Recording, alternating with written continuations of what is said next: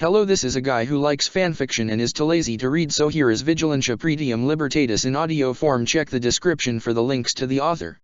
Chapter 6, word for word. Verbatim. Chicago, Illinois. ADV Calenda is Octobres, 2766 AUC. Stardust. Marco's laughter echoed heavily as he flipped from one roof to another. It bounced across the night, blooming with a certainty, and Jean could hear the incredulity there. Marco landed beside Jean, his knees tucked, and he shook his head furiously. "No way," Marco gasped. "Come on, Jean." Ricochet and Stardust. "I dunno," Jean said, flushing in embarrassment. "I was just thinking about your freckles." "Yes," Marco said, smiling wanly. "Because criminals are going to hear the name Stardust, and look at my freckles, and quake with fear." "Okay, well, I'm sorry you're indecisive," Jean said. "Just pick a name, Marco, geez. It's not that easy." Marco sounded almost sad, and Jean felt a little guilty for pushing him. Plus, Stardust sounds like something you'd call an alien. "Stardust is a no, I get it." Jean sighed. "But you've gotta pick something. We can't keep using our real names out in the field. It'll get us into trouble." "Yes, I'm aware." In the time between their first outing and now, they'd both gotten better at hopping between buildings. They practiced nearly every night, and they'd gotten a grappling gun, and Marco had decided to strap a wooden baseball bat to his back for this particular night out. All in all, they were doing pretty good, though crime had skyrocketed in the city since Neo and Freiheit's disappearance. "Hey," Jean said, stepping up to the ledge of the building. It was an apartment complex in the shabbier part of town, and thus there was a lot of noise surrounding them. Distantly thrumming music, shouts and laughter and crashing and screaming. Jean saw the man they'd been tailing come walking down the street. "There he is." "Huh." Marco adjusted his hood, and jumped up onto the ledge as well. "Oh, hey. How'd you figure out it was him?" Jean asked, glancing at Marco curiously. Marco smiled sheepishly. "He was on the list of suspects, but I cross-referenced it with a set of phone records I, acquired. Stealing from the police." Jean clicked his tongue against the roof of his mouth, and shook his head. "I'm such a bad influence on you." "Oh," Marco said softly. "I wouldn't say that." "Yeah, you're right." Jean stretched his arms above his head, and let his body balance precariously on the edge of the building, wind fluttering against his exposed lips and neck. Jean had upgraded to a police helmet and goggles they'd found while scrounging yard sales. Marco still wore his hood, though he admitted he could go for some goggles as well, if need be. "If you were really going for the dark side, you'd start smoking." "One day," Marco said quietly, "you're going to have lung cancer, and you're going to come to me and ask me why I didn't make you quit all those years ago. And do you know what I'm going to say?" Fuck you, Jean, you unbearable asshole," Jean offered, patting down his shoulder pads and making sure all of his belongings were secure. He'd lost a good few packs of cigarettes because of his negligence, but thankfully everything seemed to be in place.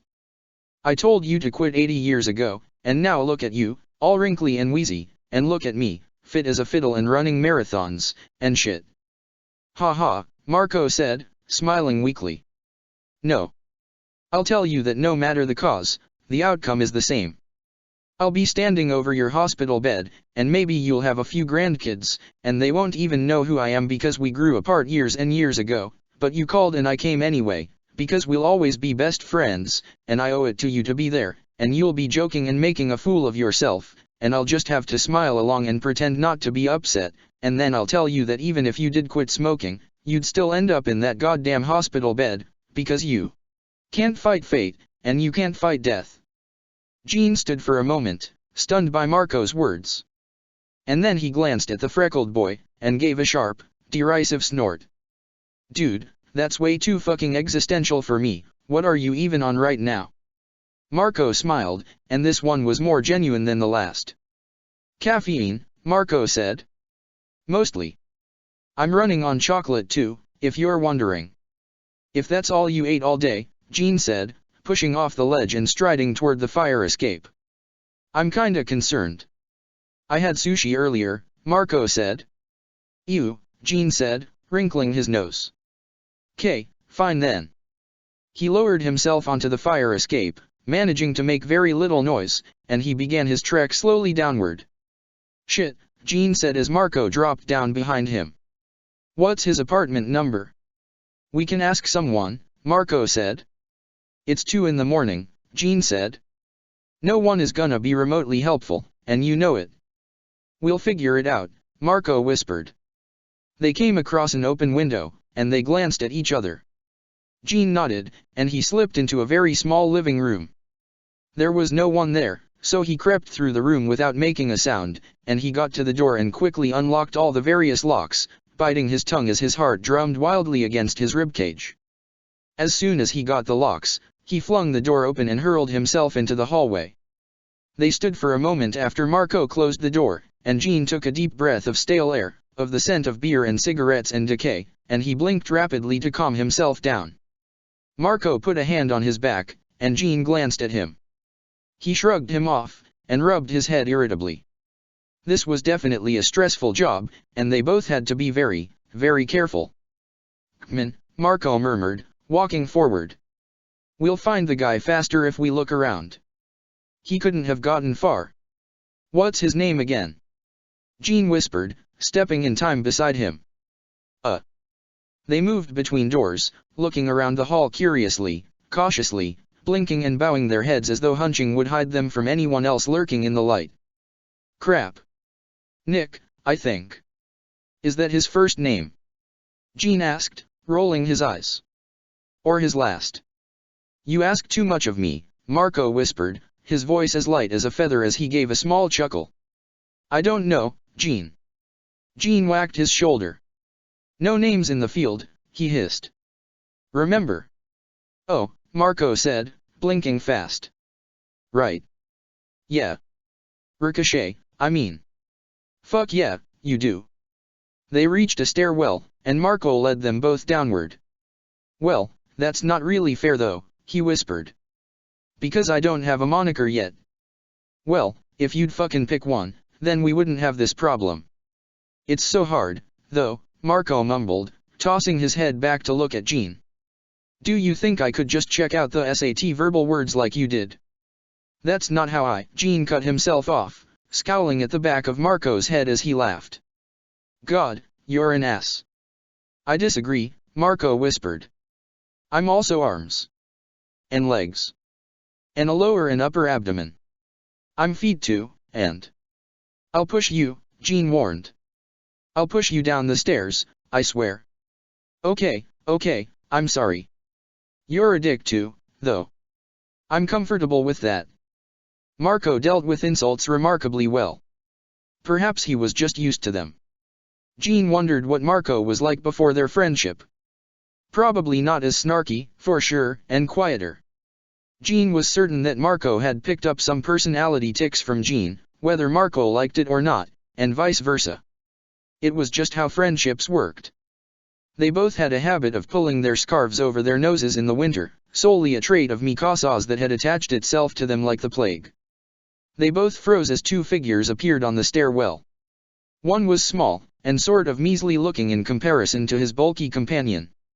Marco and Jean pressed themselves up against a wall, hoping the darkness would cloak them as the two men came closer. Jean could vaguely hear them speaking, the smaller one in a soft, yet almost regal voice.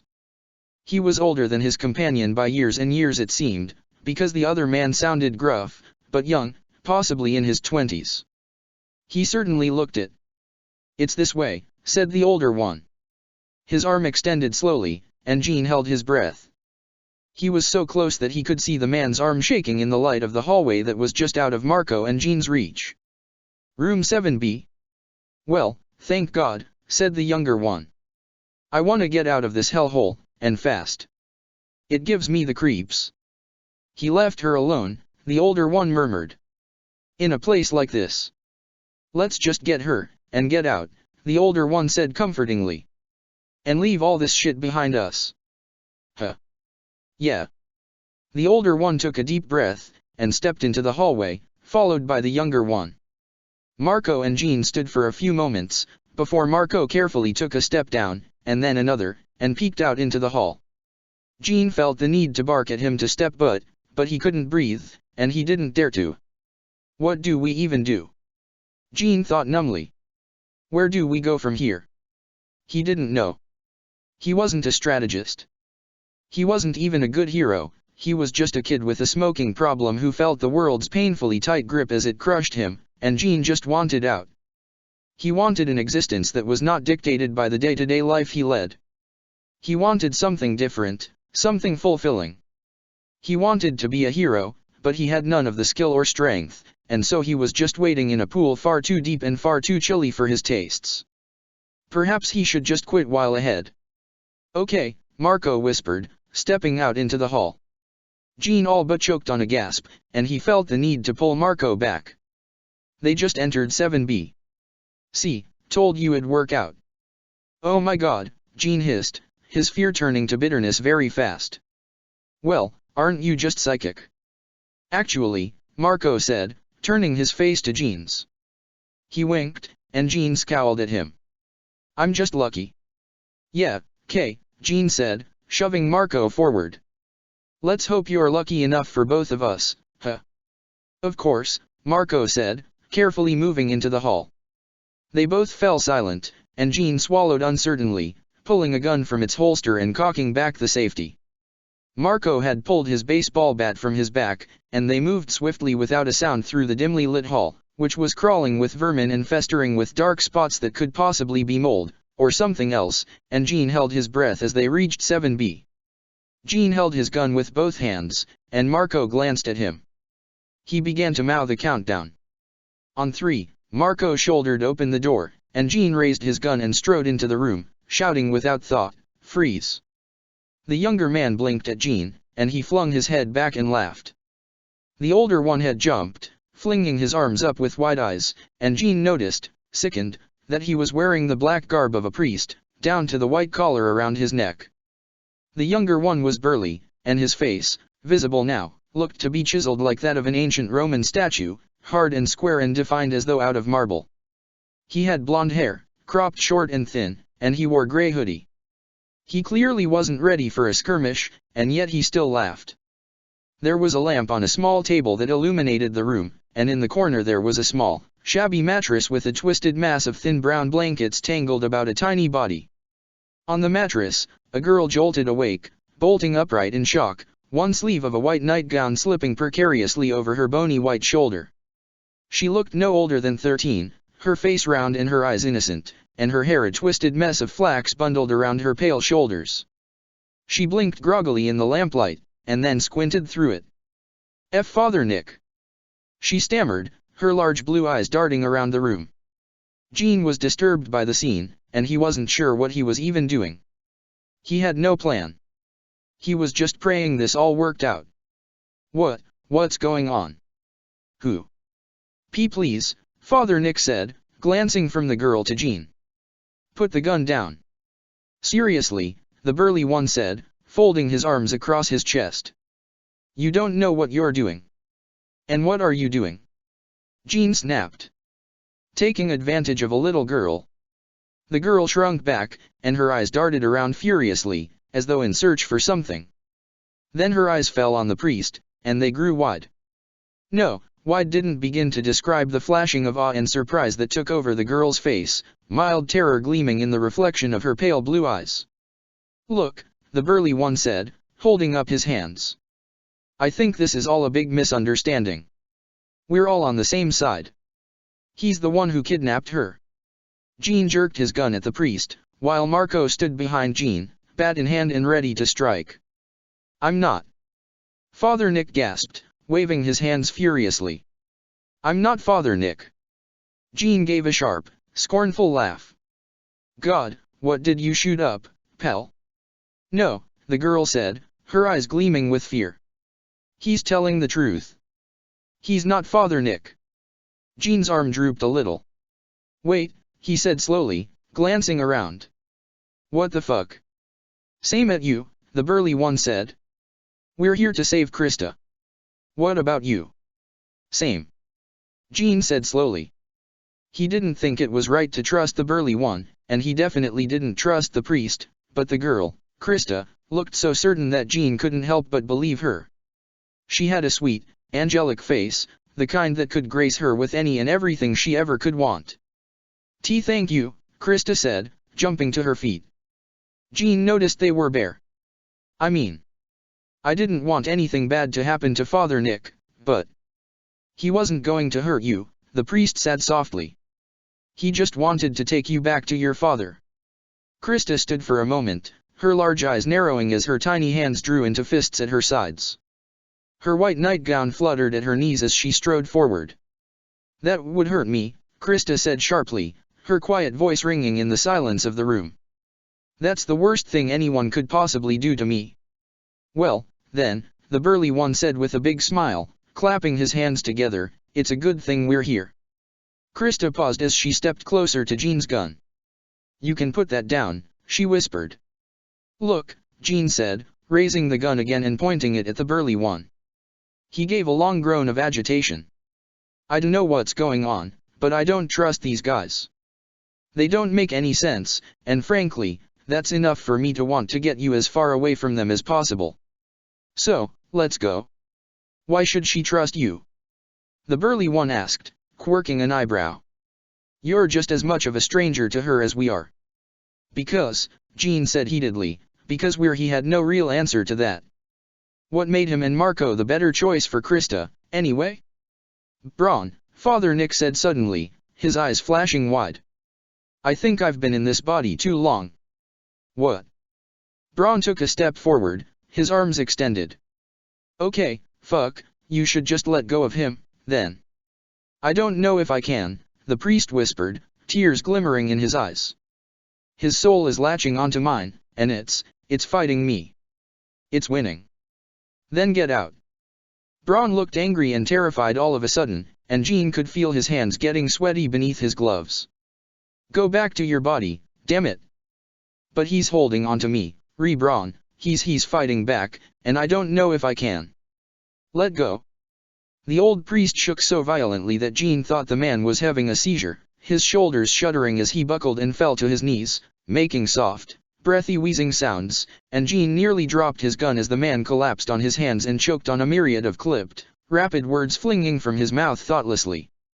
Jean could hear his voice, strained and rasping, and he could hear the fluidity of the language the priest spoke, the archaic heaviness to every punctuated syllable. In nomine Patris, et Filius, et Spiritus, Sancti. Oh my God, Braun groaned, resting his fist in his hip as he massaged his forehead. You're not possessed, Father. Well, not by anything that'll hurt you, anyway. He's actually a really good guy, better than you. Wait, Jean said blandly, what? The fuck? His eyes flashed from Braun to the convulsing priest, and he could see all the goddamn horror movies he had ever witnessed as they rushed through his mind in that moment and projected themselves onto the writhing, gargling man on the floor. What the fuck? You wanna put that gun away, Braun said, looking at Jean expectantly, and help me tie him up. Tie him. Jean's eyes could only widen in shock as the priest collapsed onto his side, clutching his chest and heaving. He squeezed his eyes shut, choking on his words. Oh, God, help me, God, help you. Quit it, Braun sighed, nudging the priest with his toe. The man flinched, recoiling from Braun as though the man carried the plague, and he skittered across the floor, still breathing heavily and looking close to a heart attack. His face was ruddy, blotchy, and the man looked close to tears, though he seemed to gain a bit of composure as he glared up at Braun. What happened to my friend? If God is just, the man snapped, his eyes flickering like a match set afire, then he's in hell. Well, he was inside you, Braun said with a grim smile. So, pretty close. Jean almost laughed at that, though he felt a little guilty. The priest was kind of pitiful now. Jean still kinda wanted to punch his face in, though. He glanced at Krista, who was standing near her mattress, hugging her arms, and looking extremely concerned. It was then that Jean realized that Braun probably was not actually working with Father Nick, but with whoever the fuck had been possessing him. That was strangely comforting. Yo, Jean said, turning his gun upon the priest. The man looked absolutely horrified, and Jean felt a twinge of pity. Spill it, Pops. Why'd you kidnap Krista? The man's eyes darted from the gun to Krista's face in the corner. And then the man pulled himself rather shakily upright, and he raised his head high. You seem like a nice boy, the priest said.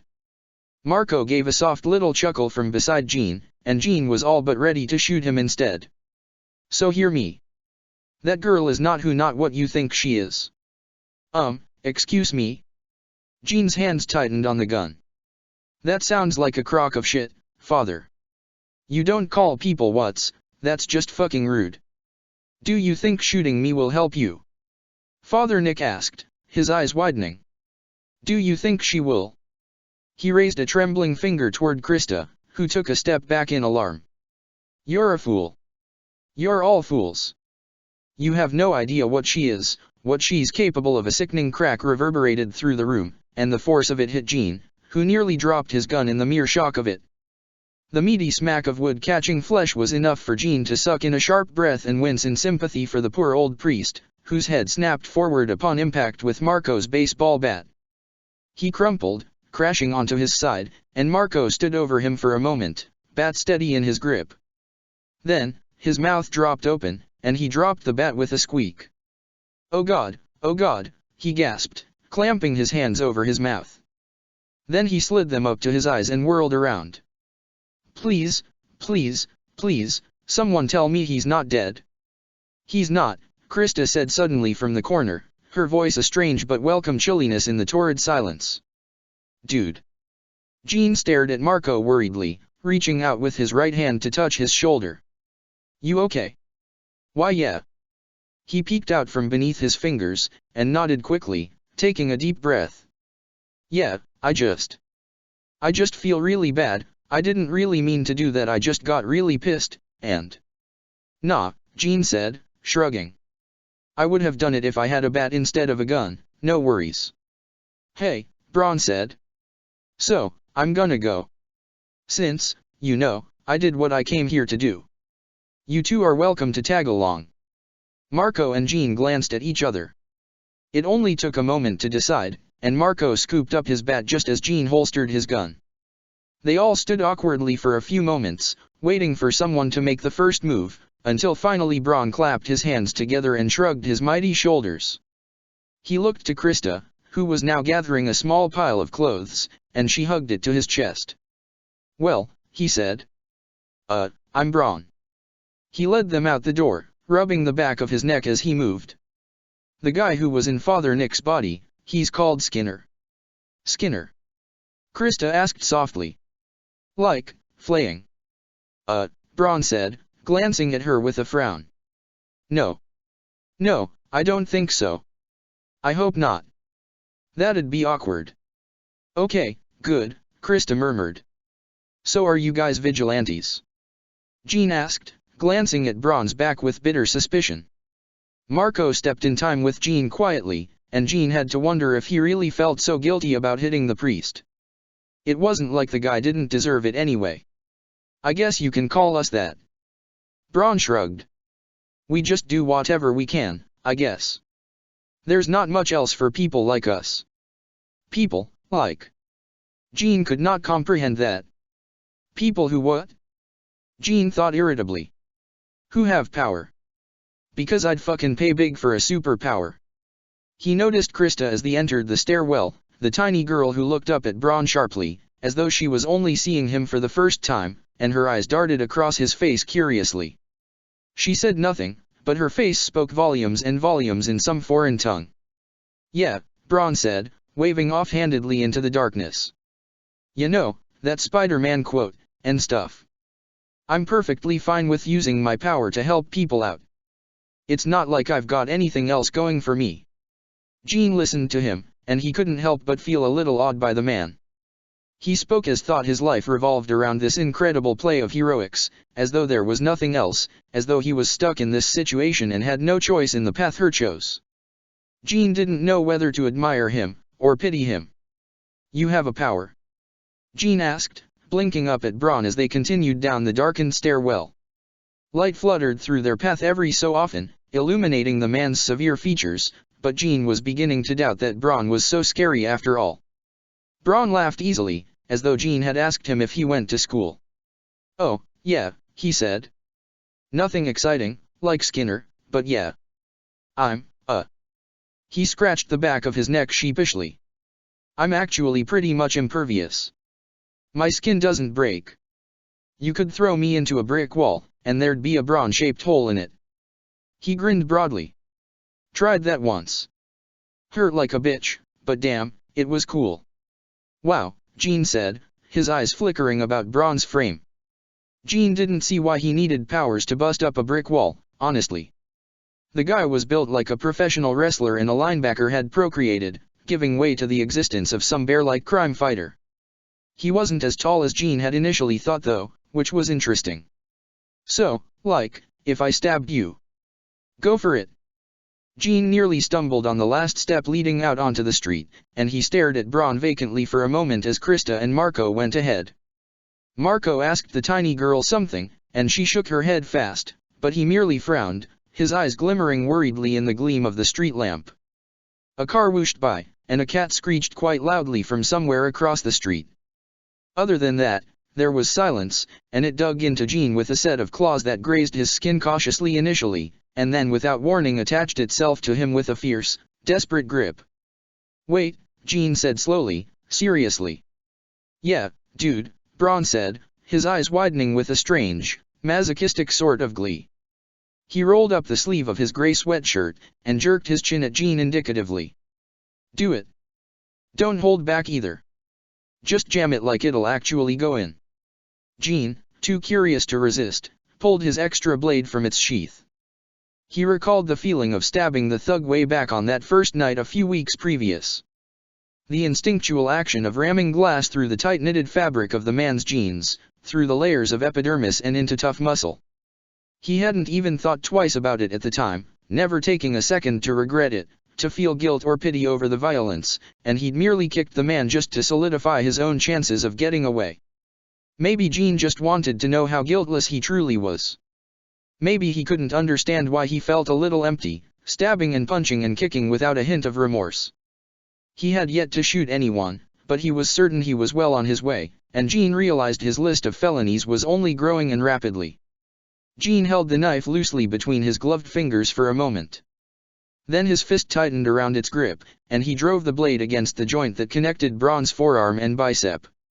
There was a moment of shock as the impact vibrated in Jean's bones, like his arm had gone to sleep and now his nerves were afire with pins and needles, and they were spreading everywhere. The blade gave an almost timid screech, soft and swift, and it bent so quickly that Jean had not even realized the damage done until he pulled the knife back shakily, and saw that the blade had been violently disfigured.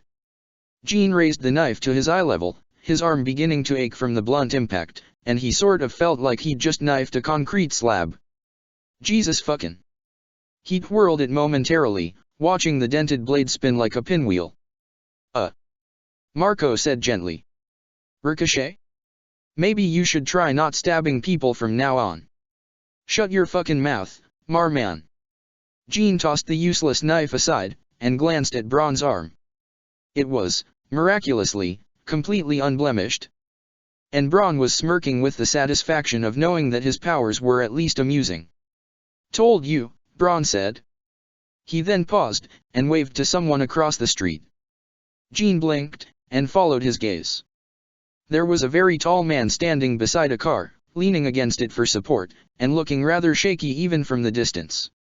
Braun turned to look at Marco and Jean. "That's Skinner's actual body." "So," Krista spoke up suddenly, "he's like a body snatcher." Basically," Braun said with a short laugh. He waved them forward as he did a quick check both ways, and jogged across the street. They followed cautiously, Marco and Jean glancing at each other with equally wary gazes.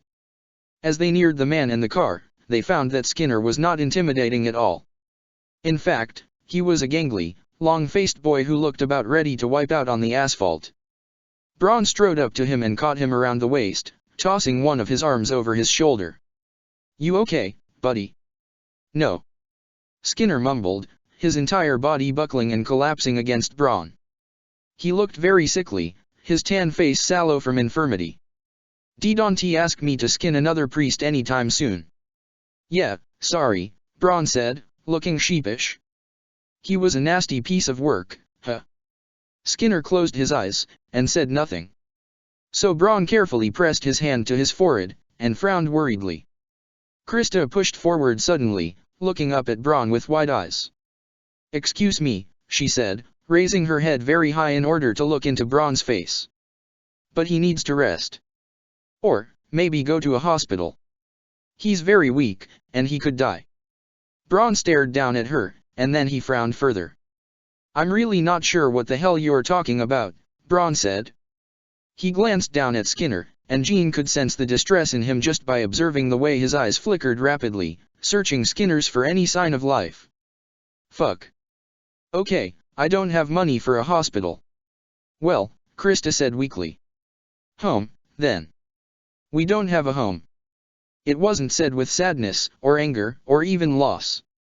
It was said with such an offhand breeziness, that Jean had to wonder if Braun and Skinner had been on the streets their entire lives.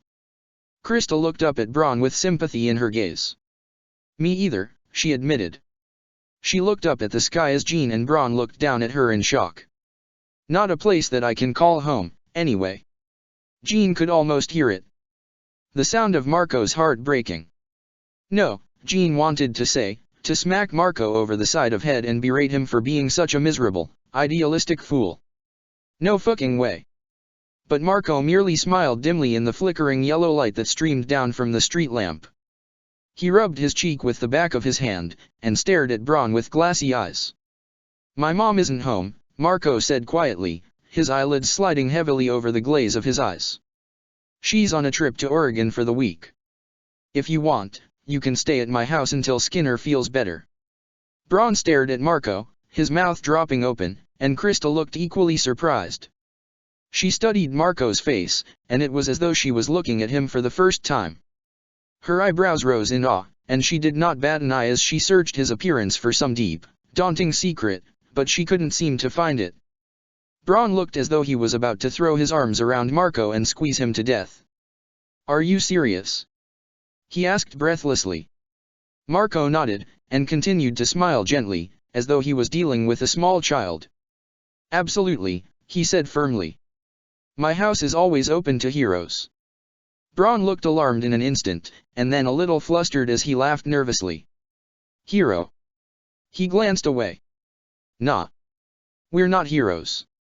Sure you are, Marco said, his voice almost forceful as he stared into Braun's hard blue eyes. You're a hero whether you like it or not, because you want to help people. You have good intentions, and I think that counts. Okay, enough, Jean said. You are not inviting these strangers into your house, sorry. Yes, I am, Marco said, not looking at Jean, not even sparing him a little ferocity.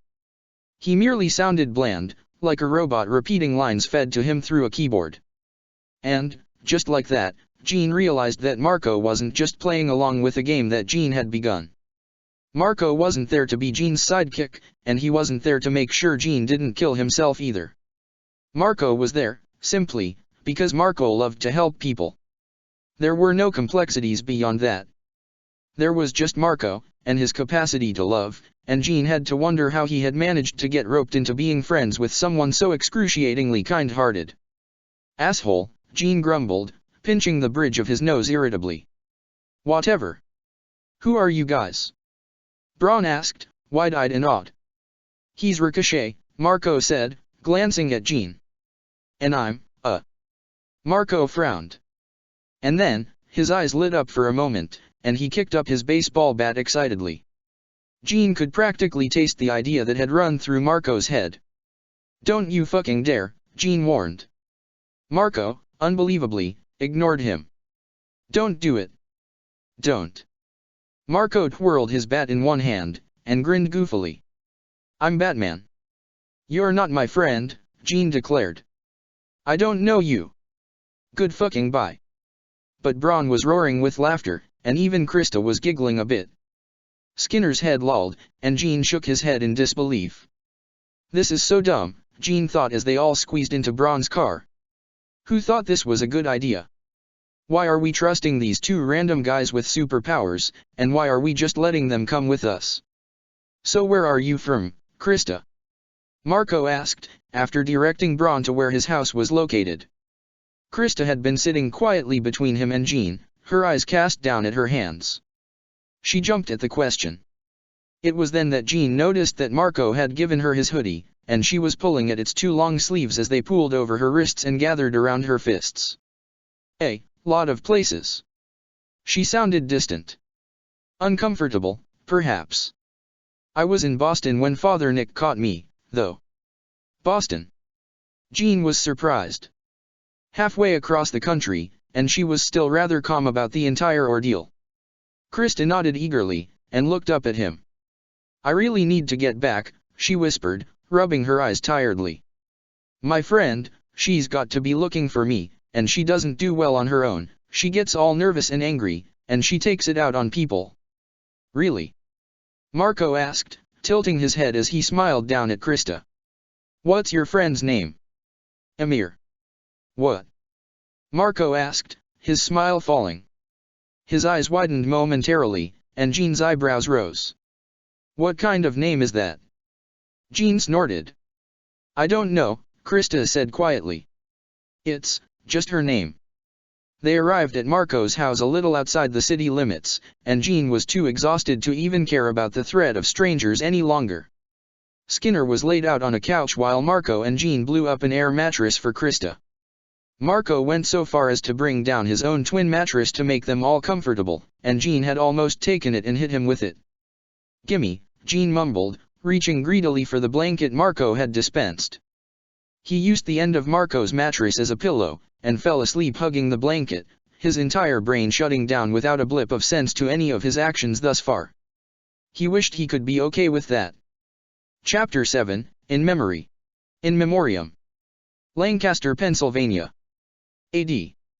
Calendas Octobres, 2766 AUC. Levi had never wanted children. He could recall a distant voice asking him about kids, if he wanted them one day, and his simple reply had been that children were messy. He still didn't want kids. He didn't know why he was suddenly responsible for fucking 4 of them, but he really didn't want them. Or, perhaps, he was lying all along. It didn't matter either way. He was stuck in his shitty situation, but at least he wasn't stuck alone. Erwin was in the same boat, though he seemed to be enjoying the ride rather than getting violently seasick. Levi sometimes watched how he dealt with Armin, how the man touched Armin's bare skin without even flinching, and Levi couldn't help but wonder if it had taken years to gain the boy's trust, or if Armin had never recoiled from Erwin, like he never recoiled from Mikasa or Eren. Either way, it didn't matter much to Levi so long as Armin wasn't touching him. Now, Levi didn't need telling that Armin wasn't a bad kid. He was infinitely better than Mikasa to handle, at least. Armin and Eren at least made their beds. Levi had to wonder how he'd gotten stuck with the stubborn bitch of a child, and he sometimes wished he'd had Eren or even Armin instead, but then Levi would recall with a vicious shudder of recollection that Armin's powers were volatile, and Eren had health issues that Levi would never have been able to pay for, and he realized he was rather lucky, being saddled with Mikasa. And perhaps she wasn't so bad. Levi didn't particularly want to like the kids. He didn't want to become attached to a bunch of teenagers who were kind of awful, in a snappy, rebellious sort of way that Levi just had no patience to deal with. Mikasa had been hard enough on her own, but now Levi had to cart around Eren and Armin and now Annie too, who was an utter mystery to them all because she simply did not emote what she was thinking or feeling. And Levi was no better, not really, but he wasn't a teenager, and he had his reasons. But they weren't bad kids. That was the fact of it. And Levi, try as he might, could not help but feel an intense obligation to them. He had to curse his fucking heart for being so weak in the face of pitiful children, but he couldn't help thinking back to his own childhood, and wishing someone had taken care of him just a little bit. You're very good with them, Erwin said a few days earlier, after Levi had returned from dropping off the kids at school. He'd been leaning his back against the fridge, smiling wanly, and Levi had opted to ignore him. He gathered up the papers Eren had left on the kitchen table, flipping through them to make sure they were nothing the boy actually needed. They looked like they were just things that Hang needed to sign, so Levi straightened them out and set them aside. You know, it took me years to figure out Armin. Lucky you, Levi said dully, grabbing a rag from a ring beside the kitchen sink, and wiping off the crumbs from the table. He was thankful they'd all gotten into the habit of clearing their own plate, though Mikasa had still left hers until Levi yelled at her. I still don't understand Mikasa. Oh, I'm sure that's not true, Erwin said. You know exactly how to get her to listen to you, which is impressive, and you know her tastes. What kind of sandwich do you make her every day? Levi paused as he scooped up a glove from beneath a chair, recognizing it as Armin's from its dark color and thick fabric. Peanut butter and Nutella, Levi said. So what? And she always eats it, Erwin said, his eyes twinkling in that vague, all-knowing way of his. Correct. Yeah, okay, Levi said, his jaw tightening in irritation. Fine. I know her. But that doesn't mean I understand her. You know all of them, Erwin corrected. You know what time Aaron has to take his insulin every day. It's the same time every day, it's not hard to figure out. And you can tell the difference between Armin's and Annie's gloves. They're different colors, Levi sighed, holding up the navy glove in his fist, and completely different sizes. You know not to give Annie anything heated, and you know that Armin likes musicals, and you know that Aaron won't eat vegetables unless they're cooked, and you know that Mikasa's scarf can only be hand-washed and dried, and you know. Holy fuck, Levi said, tossing Armin's glove at the man's chest as he passed him. Levi had caught the boy humming some song that morning, murmuring words under his breath. Levi realized the words were in German from the few that he caught. The song had sounded familiar, like something dredged up from the cold depths of Levi's memory. I get it. I'm fucking attentive. So are you, apparently. Well, yes, Erwin said. I like to know who I'm living with. Levi grunted in reply, about to exit the kitchen. They had all agreed search the remains of the facility they had escaped from, but they had also agreed that they didn't think it was safe for the kids to come. So on that Tuesday, Aaron, Mikasa, Armin, and Annie would go to school as normal while Freiheit, Augur, and Polymath investigated the reason behind their powers. He'd been planning on doing a bit more looking into about the building itself, which was in Pennsylvania, but Levi paused in the doorway. He turned back to Erwin, his eyes narrowed. How much do you know about me? Levi asked slowly. He was cautious with Erwin, because Erwin was intelligent enough to already know everything he needed to know about Levi. Armin was considerate enough to not pry beyond whatever he had seen the day they had first met. Heng was indifferent enough to not give a flying fuck about where Levi came from, just how useful he was to the cause, and Mikasa had no real motivation to want to know Levi. Erwin, however, was the type to pry into things that were not his business. Levi knew that from experience.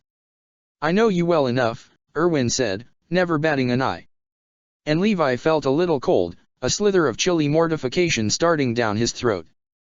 And then, upon reaching his stomach, the slither turned into a twisting, vicious ache, and for a moment Levi thought he was going to vomit. He knew. That was clear. Whatever. It's funny, Levi said, raising his chin just high enough to make his suspicion clear to the tall man. Because I don't know shit about you, Erwin. Oh, that's not true, Erwin said, his smile flaky on his lips. You know that I was in the army. I know you participated in some war, or another, Levi said. I know that when they cut open your head, you didn't scream or fight it. I know that you're a pacifist now, and I know that you had to have made the same kind of deal I did to get the power you have. But I don't know why. I don't know a single goddamn thing about you, Erwin, not beyond what I learned at the facility. Is that really bothering you? Erwin looked a little alarmed, and Levi wanted to punch the shock right off his smug fucking face. Yes. Of course it bothered him. Levi's past was the kind of nasty, incriminating story that no one had any right in knowing. My past isn't anything worth knowing, Levi. I was born and raised in Baltimore, and decided to do military service right out of high school. I didn't have a hard childhood. My father was a teacher at my elementary school. I was moderately popular, I was valedictorian. Is this the sort of information you wanted? Erwin shook his head, and Levi's fists clenched at his sides. I'm sorry to disappoint you. But there is no tragedy to my story. Liar, Levi said, whirling around. Nobody sells themselves to a life of being experimented on for no reason. Erwin said nothing in response. That had been the last conversation they'd had for 4 days. Levi was endlessly surprised by how much money Hang actually had, because they had their own fucking private jet, and that was just unfair. He decided not to make a rude comment about it, though, because they had given him a rather nice coat modified to suit his wings. So he didn't have to worry about shredding the fabric whenever he decided to fly. Which was nice. Are you sure you don't want something a little more? Hang glanced over his simple attire, a black overcoat, a pair of slacks, and knee-high boots. And his Neo mask, of course. Hero, why? You mean? Levi said dully, his eyes cast out the plane window. Erwin was piloting, which was unsurprising, but Levi realized with a great agitation that he was the only one out of the 3 of them who could not pilot a plane. He didn't need to know how, really, considering he had fucking wings, but still. That would need to be remedied. Spandex. No. I'm perfectly fine with what I'm wearing. It's not actually spandex, Hang said, smiling brightly. It's a bulletproof polymer. Don't care. Hang pouted.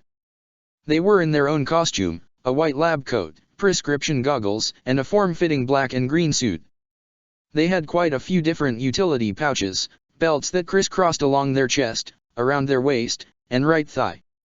Hang was certainly prepared for a fight, if it came to one, but frankly Levi was concerned about how they could move with all the weight. Were they angry when you took them to school? Hang asked, tilting their head as though it didn't make a difference to them. Yeah, Levi said. None of them talked at all. But they've got that creepy mind link, so who knows what they were actually saying to each other. You think it's creepy? Hang gasped, their eyes flashing wide. But it's so cool. Try having Armin inside your head, Levi said icily. Then tell me how cool you think it is. But Armin's cool too, Hang said vacantly. Like, he's so smart and sweet, Levi, why do you have to be so mean? Levi stared at them, and shook his head, turning his attention back to the window. He watched the clouds pass by below, the sun hitting them and making them appear fatter and whiter than they actually were. He wasn't interested in arguing about Armin to Hang, because Levi didn't hate Armin. He was just severely creeped out by the kid, and probably would never opt to be alone in a room with him for very long, but that was mostly out of discomfort. He was a good kid, and his power had its uses. They landed the plane in a field nearby where the remnants of the facility were. There was a great expanse of flat land as far as Levi could see, and he had vague memories of flying over this very same field 5 years previous. Only then, it had been very dark, and smoke-cloaked. There was a cornfield wavering in the breeze to their left as they made their way to the facility, which looked like nothing more than a large, dilapidated old factory. Gross, Levi thought glumly as they neared the facility. At least they knew that no one was still using the building, considering a chunk of the exterior looked as though it had been bitten off, blackened and charred with ribs of wooden rafters and gleaming metal skeletons peeked out of the slowly decaying walls. Lichen and ivy and even some grains had begun to devour the building's broken carcass. Levi frowned as they neared the massive, yawning opening in the front corner of the crippled structure, entering from the scorched side of an entrance that should never have existed. Foliage bent underfoot as they entered the dark, spacious room. There were 3 cracked, dusty computers that had been overrun with nature. There were mice skittering across dirt-encrusted keyboards, and Levi hunched in discomfort. Levi watched Hang release a set of tiny winged robots that fluttered into life and whirred softly before beginning to scan the surface of the room. Yes, Hang cooed, fly, my pretties. You need to be medicated, Levi said dully. I am, Hang laughed, though Levi could sense it was forced, glancing back at Levi with a wink. Proscription Adderall? Why is that not surprising? Hang rolled their eyes, and held up a compactable screen they'd retrieved from one of their many utility belts. Anyways, these are my babies. Just got them out of the prototype stage, so let's see how they work. Aren't you a physicist? Levi asked cautiously, frowning at one of the robots as it flew very close to his face. He pushed it away lightly when it tried to scan him. I'm a polymath, Hang said, their voice breathless and teasing. I'm not limited to physics. These aren't the main computers, Irwin said suddenly, pointing to the sad, filthy remains of the tree computers ravaged by the fire that he and Levi had started. They kept the mainframe downstairs. It'd be nice if we had your hacker lady friend, Levi, Hang said, directing their little toys toward a door. You should ask her to consider heroing. She's not interested, Levi said, though he was lying. Petra loved helping with the Vigilantism, and would gladly join them as their official hacker if Levi asked. Which was why he wouldn't. She'd been such a phenomenal friend to Levi in the years that he'd known her, and Levi did not want her to end up like Farlan and Isabel. He regretted to this day allowing her to be in his gang years ago, though the worst that had happened to her had been a twisted ankle, and he'd regret letting her fight crime too. He'd rather it if the girl just lived her life happily, normally, and left the past in the past. She was too smart for the world to lose, and too loyal for Levi to lose. Petra Rel was not someone Levi was willing to let become a casualty. Huh, Hang said. They stepped forward, ducking under a half-fallen beam, and followed their abominations toward a door. Levi followed them reluctantly. What exactly are we looking for? Names, Irwin said, his black cloak shielding his face from view. Of the subjects from this facility, mostly, but also anyone who worked here. Any benefactors. Also, Levi said, recalling his own experience in the facility, where Dr. Yeager went. Aaron's father. Hang sounded very wary, and Levi wondered if they were scared that Grisha Yeager would come back to claim his long-abandoned son. Oh, right, didn't he do all the procedures? He was a creep, Levi muttered. How did an angry, righteous kid like Aaron come from that son of a bitch? Levi thought, glancing around. He could now recognize his surroundings as they entered a hall less touched by the ferocity and vivacity of nature. A manipulative shitface who experimented on little kids, including his own son. Hang smiled wanly. Aaron doesn't like talking about him, they said quietly. He talks about his mom sometimes, though. His mother?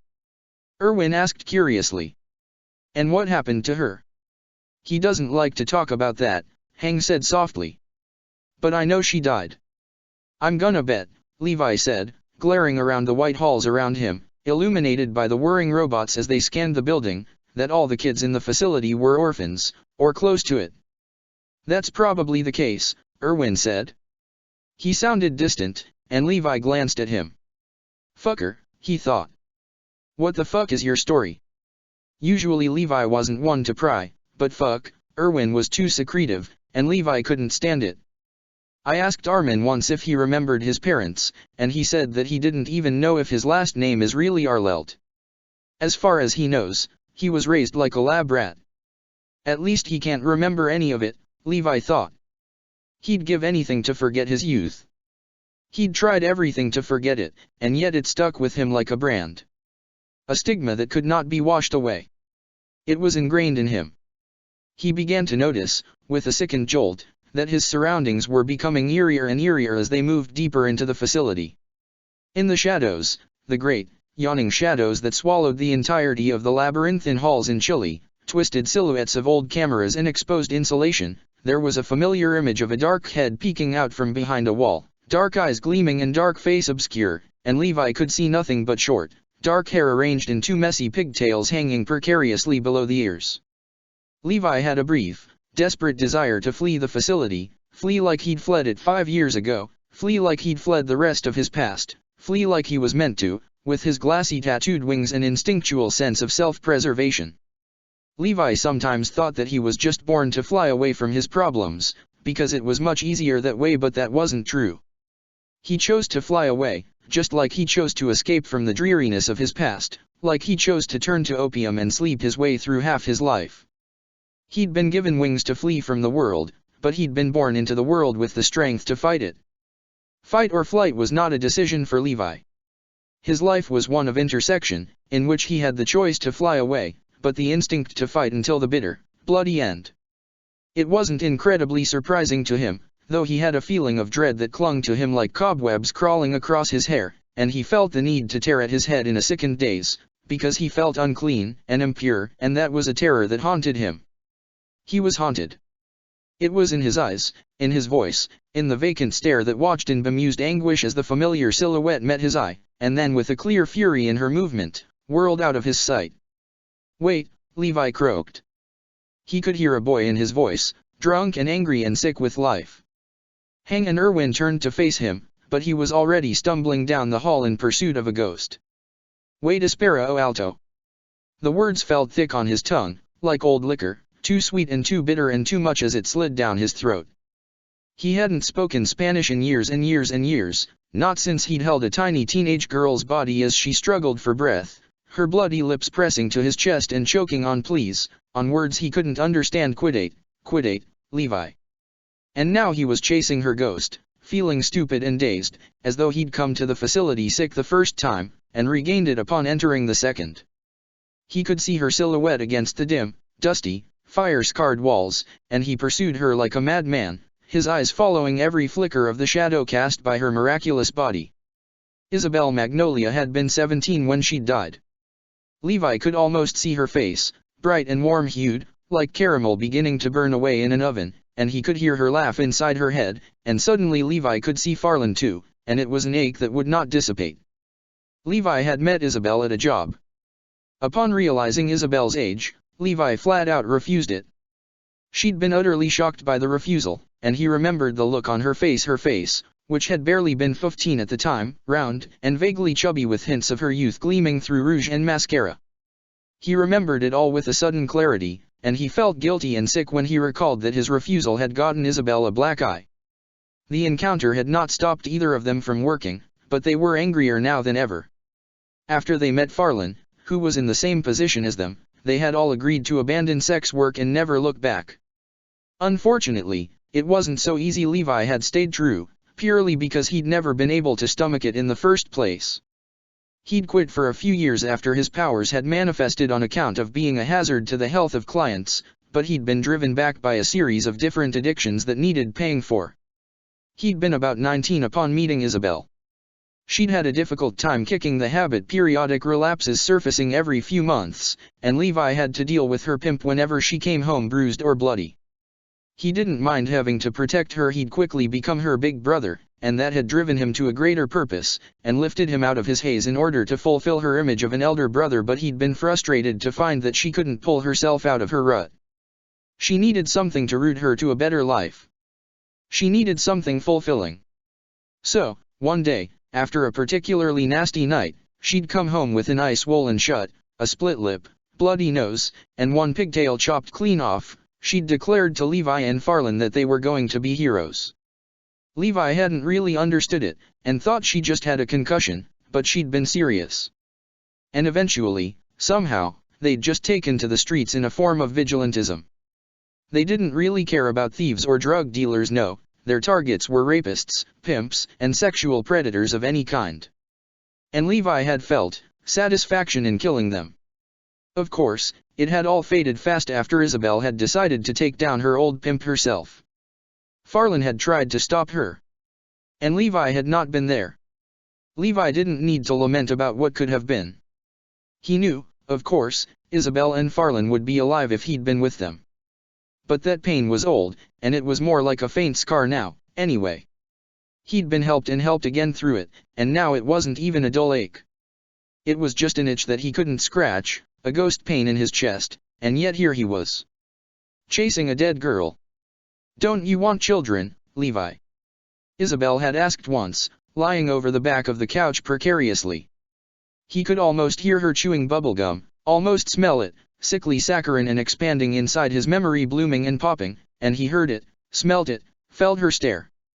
Farland was laughing at her gently, telling her that she had bubblegum on her chin, and Levi just stared and stared and stared ahead of him, his heart thudding hard as he pushed himself off a wall, leaving a fist-sized hole in the white, cracked foundation.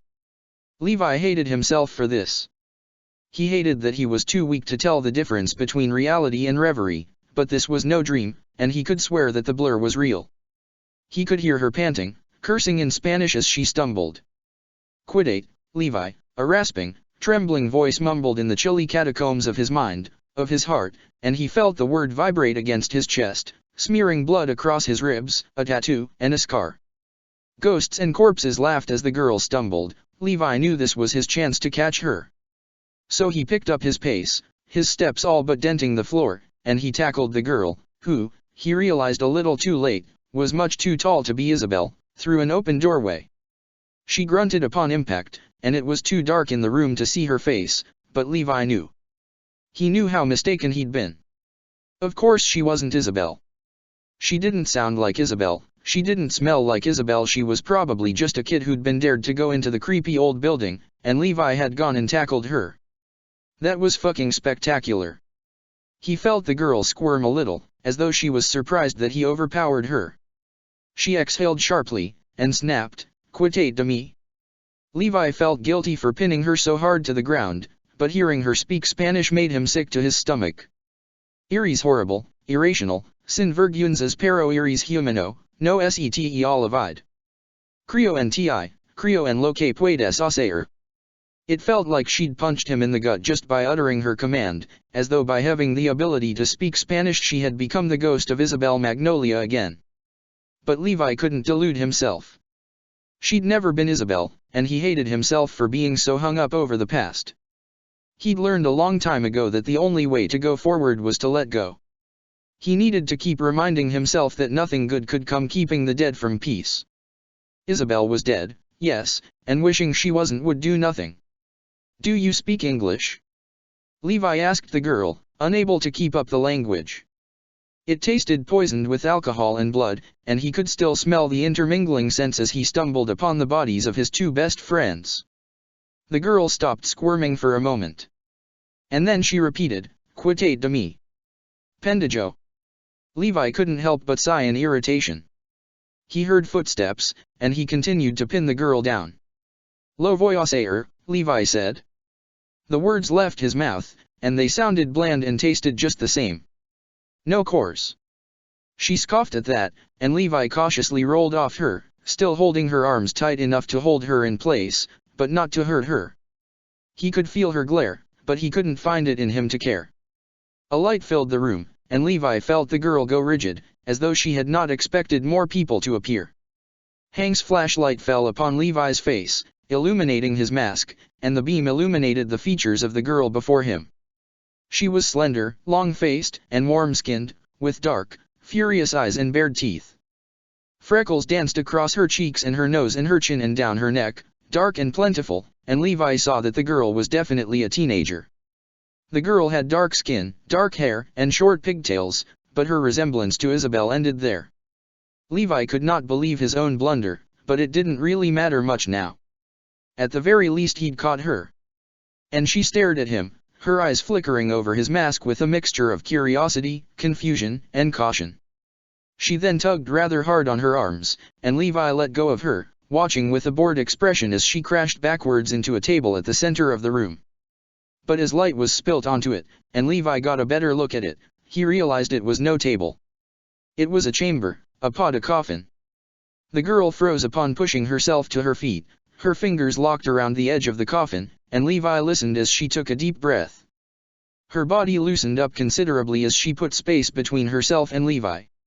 And then, without warning, she whirled around, her arms extending in front of her, and Levi watched as something spluttered, like a human mouth greedily gasping for air, and suddenly the entire room lit up.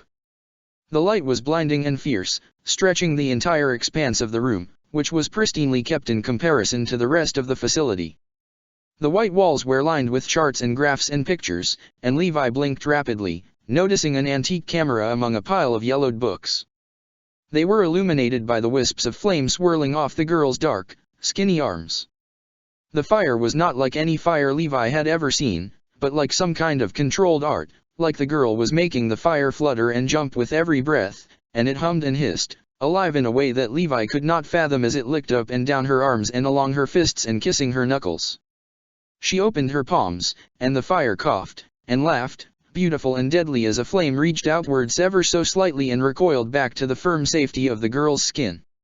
"Right," said the girl, raising her chin jauntily, "so who the hell are you lot?"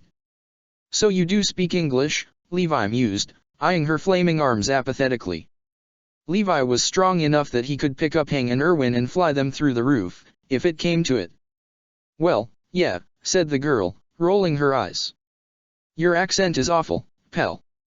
Thought you might wanna know. Her words hit Levi rather hard. Because though she didn't look as much like Isabel as Levi had initially thought, she acted a little too similarly to the dead girl. And Levi really didn't need any more reminders of the dead. I know, Levi said numbly. Isabel said so. Wow, the girl said, her eyes moving between the three of them. No reaction? Really? The girl flung her head back and laughed. My arms are on fire, and all you folks can do is frown at me all stern-like. She mimicked their expressions, or what she perceived as their expressions, and it was almost a little funny to see her dark, freckled face scrunch up in the flickering firelight, yellow-hued and shadowy. You were a subject here, Erwin said suddenly. The girl looked at him quizzically. Her angular face had a strange, fey-like quality to it that made her look inhuman in the writhing glow of her flames. She had the face of a girl who looked painted, as a little crooked and stylistically imperfect, but made to be stared at, and it made Levi very uncomfortable, because she did not look real. She looked creepy. Subject. The girl had an odd accent, cocky and smooth. It was a drawl, and beneath it the sound of her Spanish roots could be faintly detected, but there was something about her tone that made her sound out of place. Old. Her voice was low, but a little too sweet, like something he'd hear out of a fuzzy phonograph. Levi noticed she was wearing a pair of jeans, and a long purple shirt that ruffled at her shoulders, and was loose and layered with chiffon and lace. Levi suspected the shirt was supposed to be a dress, but not for someone the girl's size. Yes, Erwin repeated. Doctors experimented you. To give you that power. Erwin pointed to her fiery arms, and the girl looked down at them and blinked. Oh.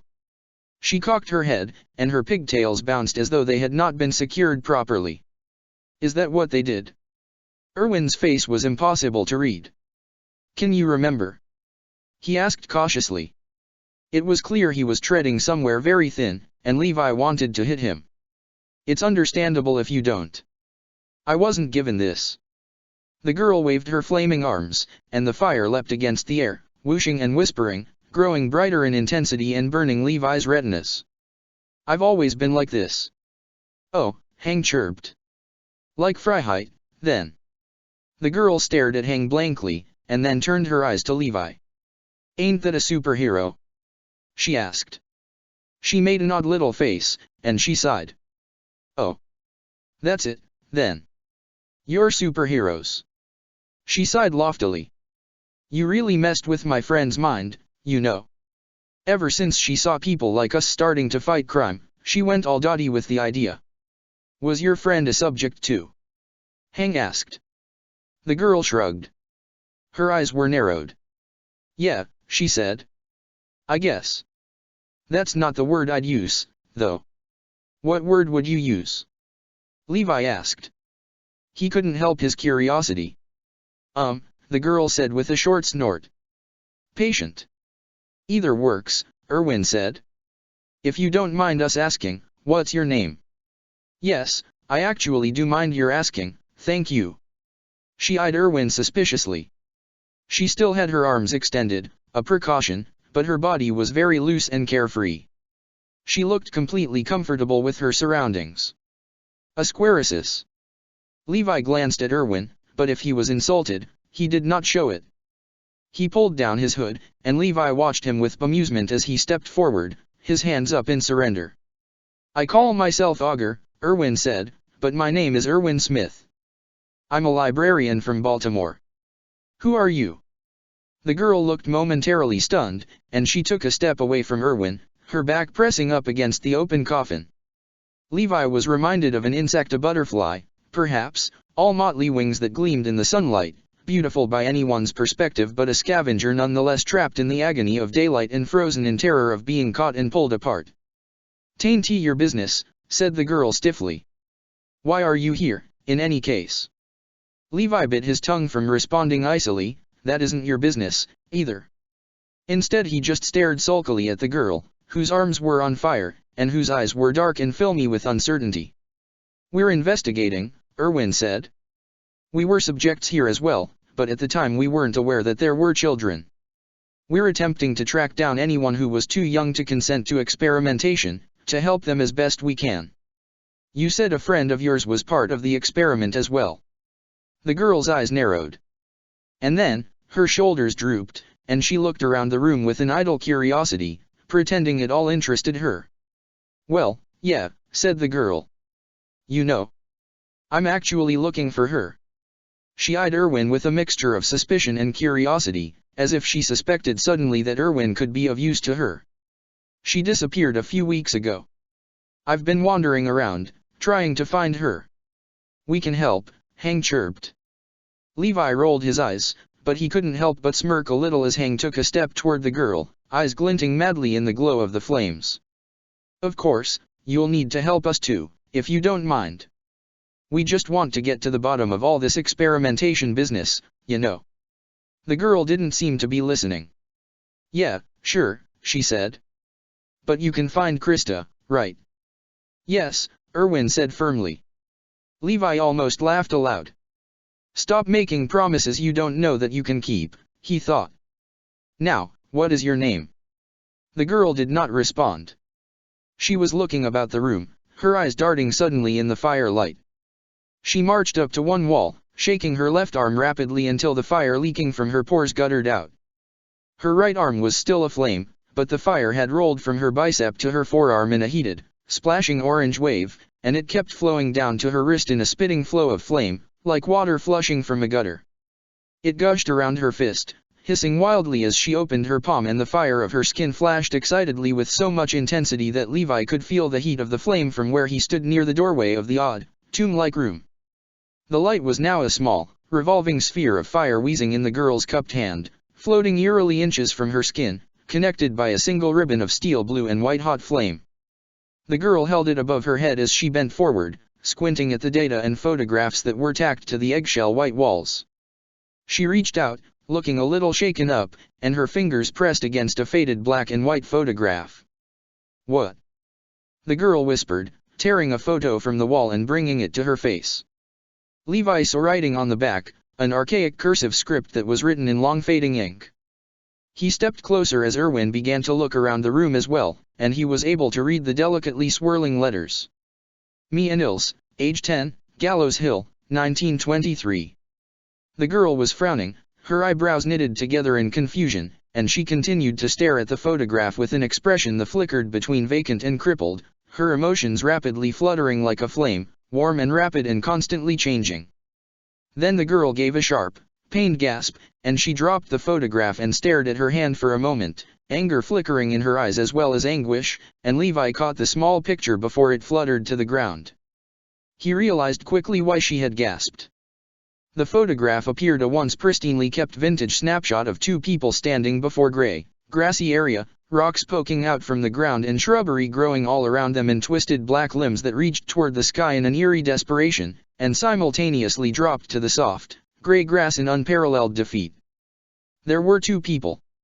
A girl, slender and boyish by design, her bony shoulders jutting out from the thin straps of her crew-collared dress, which was pale in color and heavily beaded with what looked to be pearls. She had a jaunty look to her, a daunting, fey-like gleam in her black eyes as her bob of black hair curled across her freckled face, wind catching her entire body off guard, tipping her ever so slightly into the shoulder of the second individual. It must have been a lovely photograph, all but a minute ago, before the fire girl had accidentally burned half the photo where the second individual's entire body stuck out into the shot. The only remnant of them was a bony hand resting against the scrawny 10-year-old's shoulder, lighter hued and grainy. A thumb-shaped scorch mark marred the surface of the photograph, but did no damage more than that.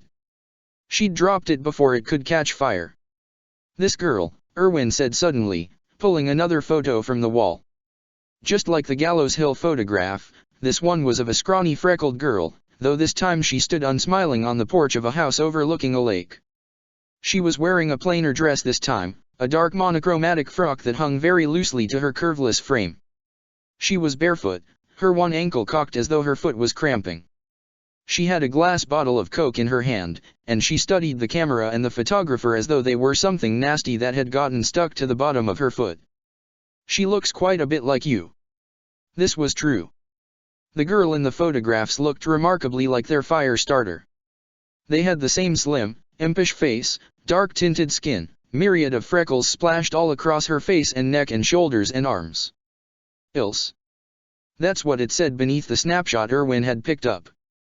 Ilse, age 10, 1923, Great Pond. The fire girl stood silently, her eyes moving around the room in awe and bemusement. Yeah, the girl said, her voice thick. Levi could hear her Spanish accent creeping in. She does, doesn't she? She blew her hair out of her eyes, and she straightened up considerably, raising the sphere of fire in her hand high above her as she shrugged. That's my grandma. Ilse Langner. Erwin smiled dimly. Ah, he said. Was this your room, then? The fire starter nodded, though she didn't look entirely certain. Levi noticed that Hang wasn't invested in the photographs at all, but rather in the small coffin, and Levi realized, sickened, that it was too small to fit an adult, so it must have been a child's, which she was all but poring over, her hands running across its lid and sides. Ah! Hang cried triumphantly, whirling to face the girl. They froze you to keep your powers in check, right? The girl stood for a moment, looking apprehensive. But then, she nodded. Yeah, she said, shrugging. It was whenever I couldn't control it, you know. Don't remember a whole lot of it, which is why this whole room is skeevy as hell. Skeevy, Erwin repeated thoughtfully. The girl bristled, and her lip twitched in irritation. Creepy, she corrected herself. Myrda. Agreed, Levi said. He pushed up his mask, and she blinked at his face curiously. This isn't a subject room. It's a shrine. What? The girl said blankly. Oh my gosh, Hang gasped, their eyes brightening up. You're right. This is all pretty typical worship behavior, all the pictures and memorabilia, and whatnot. Hang held up a chain, dangling it from their fist, and Levi saw a silver locket gleaming in the firelight. I'll bet this is yours, right? The girl looked at them with indifference. Yeah, she said. I lost it when I escaped. It must have broken off from being frozen so many times. Hang said, smiling. Sounds about right.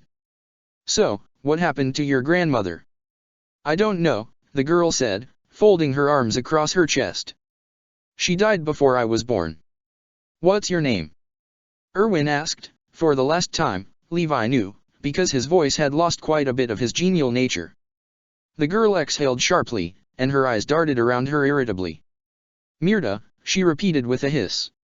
You're persistent. It's not Ilse, pal, sorry to disappoint. She gave a bold smirk, and raised her chin haughtily. It's Ymir. Like the Norse Ymir? Hang asked eagerly. Sure. Ymir rolled her eyes. Whatever floats your boat. Pretty, Erwin said with just enough conviction to make it seem like he truly meant it. Ymir scoffed anyway. Yeah, Ymir said. She strode up to Hang and took the locket from her fist. Okay. So, are you gonna help me find Krista, or what? We will, Erwin said. I swear to you. But first we need to finish up gathering the data we came here for. He looked around him, and he glanced at Ymir with an odd little smile tugging at his lips. You don't mind if we take these pictures, do you? Ymir had paused just long enough for Levi to know that she had more invested in them than she wanted any of them to know. But she shrugged, and said, they're not mine. Do what you want. Good, Erwin said. He turned to Levi, and nodded curtly. Freiheit, gather anything from this room you suspect could be valuable to our research. Polymath, come with me. We need to access the main computers. You got it, Hang said. They glanced back at Levi and Ymir, and then walked toward the door. What about Ymir? Yeah, Ymir drawled. What about me, bossman? You can help Freiheit, Erwin said. Levi began to pluck at pictures on the wall. Ilse. All of them. A sepia photo of Ilse standing knee-deep in Great Pond, grinning toothily with a pole resting on her shoulder, and a great base dangling from the thin filament clutched in her bony, freckled knuckles. Ilse, age 10, Great Pond, 1923. A baby photo of Ilse, not quite freckly yet, but plump and grumpy looking, in a woman's arms. Ilse and Inc., age 0, Sina, 1913. Ilse, just a tiny, chubby toddler, her arms linked around a woman's neck, and her dark mouth buried into her shoulder as her black eyes stared icily at the camera. Ilse, age 3, Sina, 1916. On the back of this one, there was a note written in broken English. She miss you. Back soon and live. Levi spotted one of someone else with Ilse, their back turned to the camera, but he noticed it was marked with, me and Ilse, age 6, Sina, 1919. Before he could get a look at it, he heard Hank's voice utter anxiously, hello. He whirled around. Hank was on their cell phone, and their face had been drained of color. Fuck, Levi thought. He didn't need anyone to tell him who was on the phone. He could figure it out by Hank's face. Excuse me? Hank asked sharply. What do you mean they didn't show up? Fuck, Levi said aloud this time. Amir glanced at him, and snorted. He noticed she was standing by the antique books. The pile looked smaller than it had before. And Levi noticed for the first time that she had a backpack. If only because it seemed to have gotten rather fat. What do you do? Amir asked suddenly.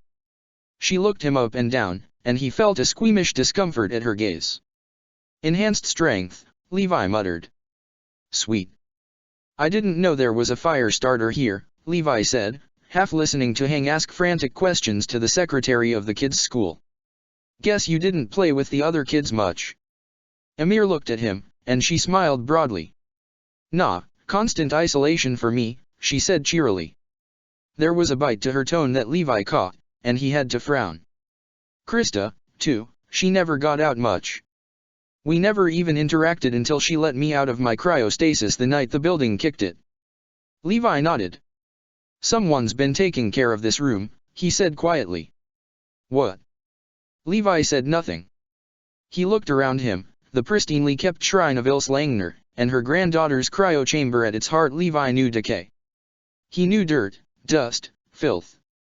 He knew it, because he'd grown in it. Like a stunted weed, he'd sprawled into life in a Sodom, in a trench, in a dark, windowless room, with whispers and disgust to feed him. So he could fucking tell when a room in an abandoned, dilapidated building was given caretaking.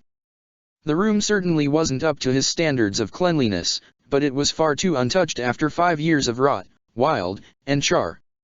Not only that, but if Amir was telling the truth, which Levi doubted, but did not care about, then all the pictures and graphs and possessions of Ilse Langner had been put in place after Amir's escape.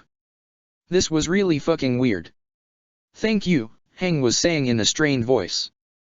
No, it's fine, don't alert the police, please, I'm sure I can find them. Yes, they're so stupid, they probably decided to skip. Thank you for calling me. Yes. Bye. Hang's hand was shaking when they pulled the phone from their ear. They met Levi's eye, and he saw real rage in their expression for possibly the first time ever. I'm going to kill them. Get in line, Levi said dully. Don't jump to conclusions, Erwin warned. They could have taken initiative upon seeing an opportunity to help someone. Yeah, okay, Hang said, scowling, but they need to tell us when they do stuff like that. Who is this? Amir cocked her head. What's going on now? Our kids, Erwin informed her. They're missing. Levi was struck with an incredible, infuriating revelation. Erwin wasn't surprised. He wasn't even worried. You motherfucker, Levi thought, meeting the man's placid gaze. His thick eyebrows rose, likely at whatever expression or lack thereof graced Levi's face. You knew this was going to happen all along. Chapter 8, Spur of the Moment. Extempore. Chicago, Illinois. A.D. Calendas Octobres, 2766 AUC. Gene had learned a few things in the few days he'd been around the trio of actual fucking superheroes, who actually had powers and dark pasts and secrets. 1. No one ever wants to be able to jump bodies. It gives you paranoid schizophrenia. A mild case. But still. Schizophrenia. 2. Braun and Skinner's real names were Reiner Braun and Berthold Hoover. Jean had asked as politely as he could if he could just use their monikers, and Marco had kicked him very hard underneath the table. 3. Krista Lentz had healing abilities. It's not actually healing, Krista explained early that Tuesday, wearing a long shirt of Marco's that reached to her knees. Jean had spent more time at Marco's house in 3 days than he'd done in the 3 years Jean had known him. It's more like, oh, how do I explain? You heal people, Jean said, offhandedly waving. That's enough for me. He'd slept over Marco's house for the 3rd night in a row, and his mother was beginning to worry. Jean explained, with a painful amount of detail, that he and Marco were working on an English project revolving around the Crucible. Marco had done most of the lying for Jean, who had yet to actually read the play. Marco had apparently read it 7 times. I actually hate it, he had admitted guiltily. I hate the portrayals of the people, real people. But I like reading it and laughing at how Abigail Williams is like, 5 years older than she really was, and having the motivations of a grown woman. Marco smiled wanly. She was just a little girl who was really scared, Jean. Arthur Miller messed her up. You read it 7 times, Jean had said. I can't even read a comic book I like once. I hate it in a loving way. Also, wasn't that chick responsible for the deaths of like, hundreds of people? Jean had asked. 25, Marco had said quietly. Or was it 26? And that's questionable, by the way. Jean had no idea what that meant, but Marco actually had done his research, so Jean trusted him. Anyway, his mother had bought it after some major embellishing on the details of the project, and now Jean was basically living at Marco's house. Berthold was more or less back to health, with a little help from Krista, but he'd admitted that he didn't really know exactly what it normal felt like anymore, so he couldn't be sure if he was really okay. Jean couldn't help but pity him.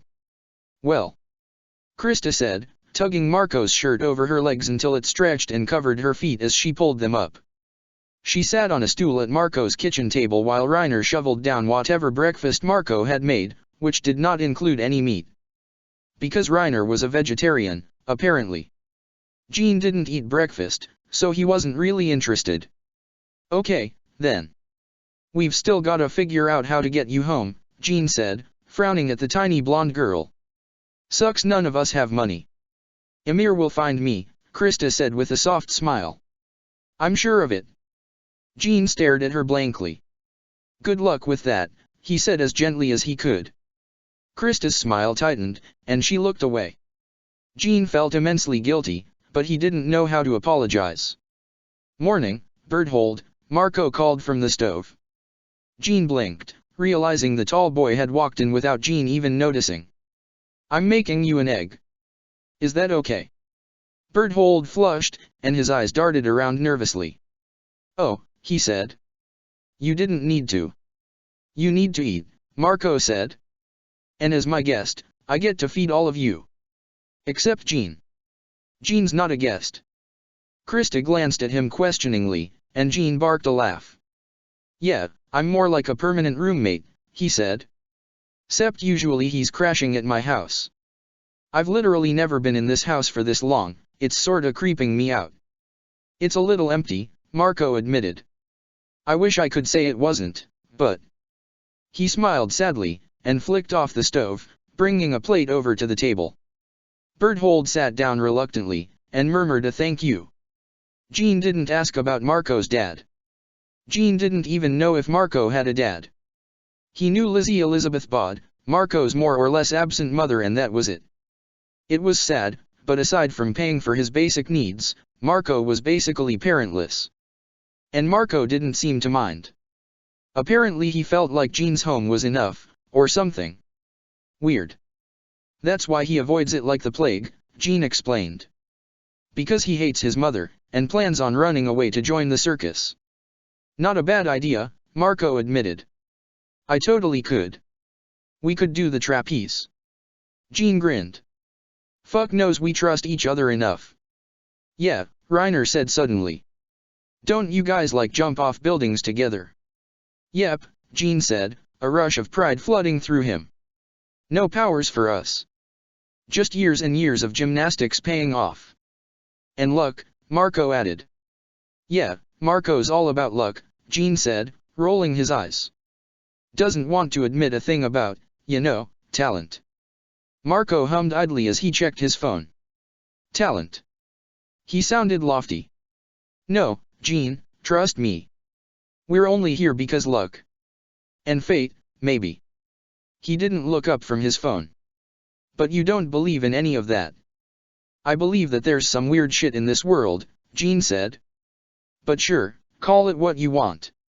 I believe in fate, Krista said, staring at Jean with her large, innocent blue eyes. Sometime Jean was a little put off by Krista. He felt like she was, always watching. His thoughts kept going back to Father Nick. Maybe, Jean thought jokingly, she's God.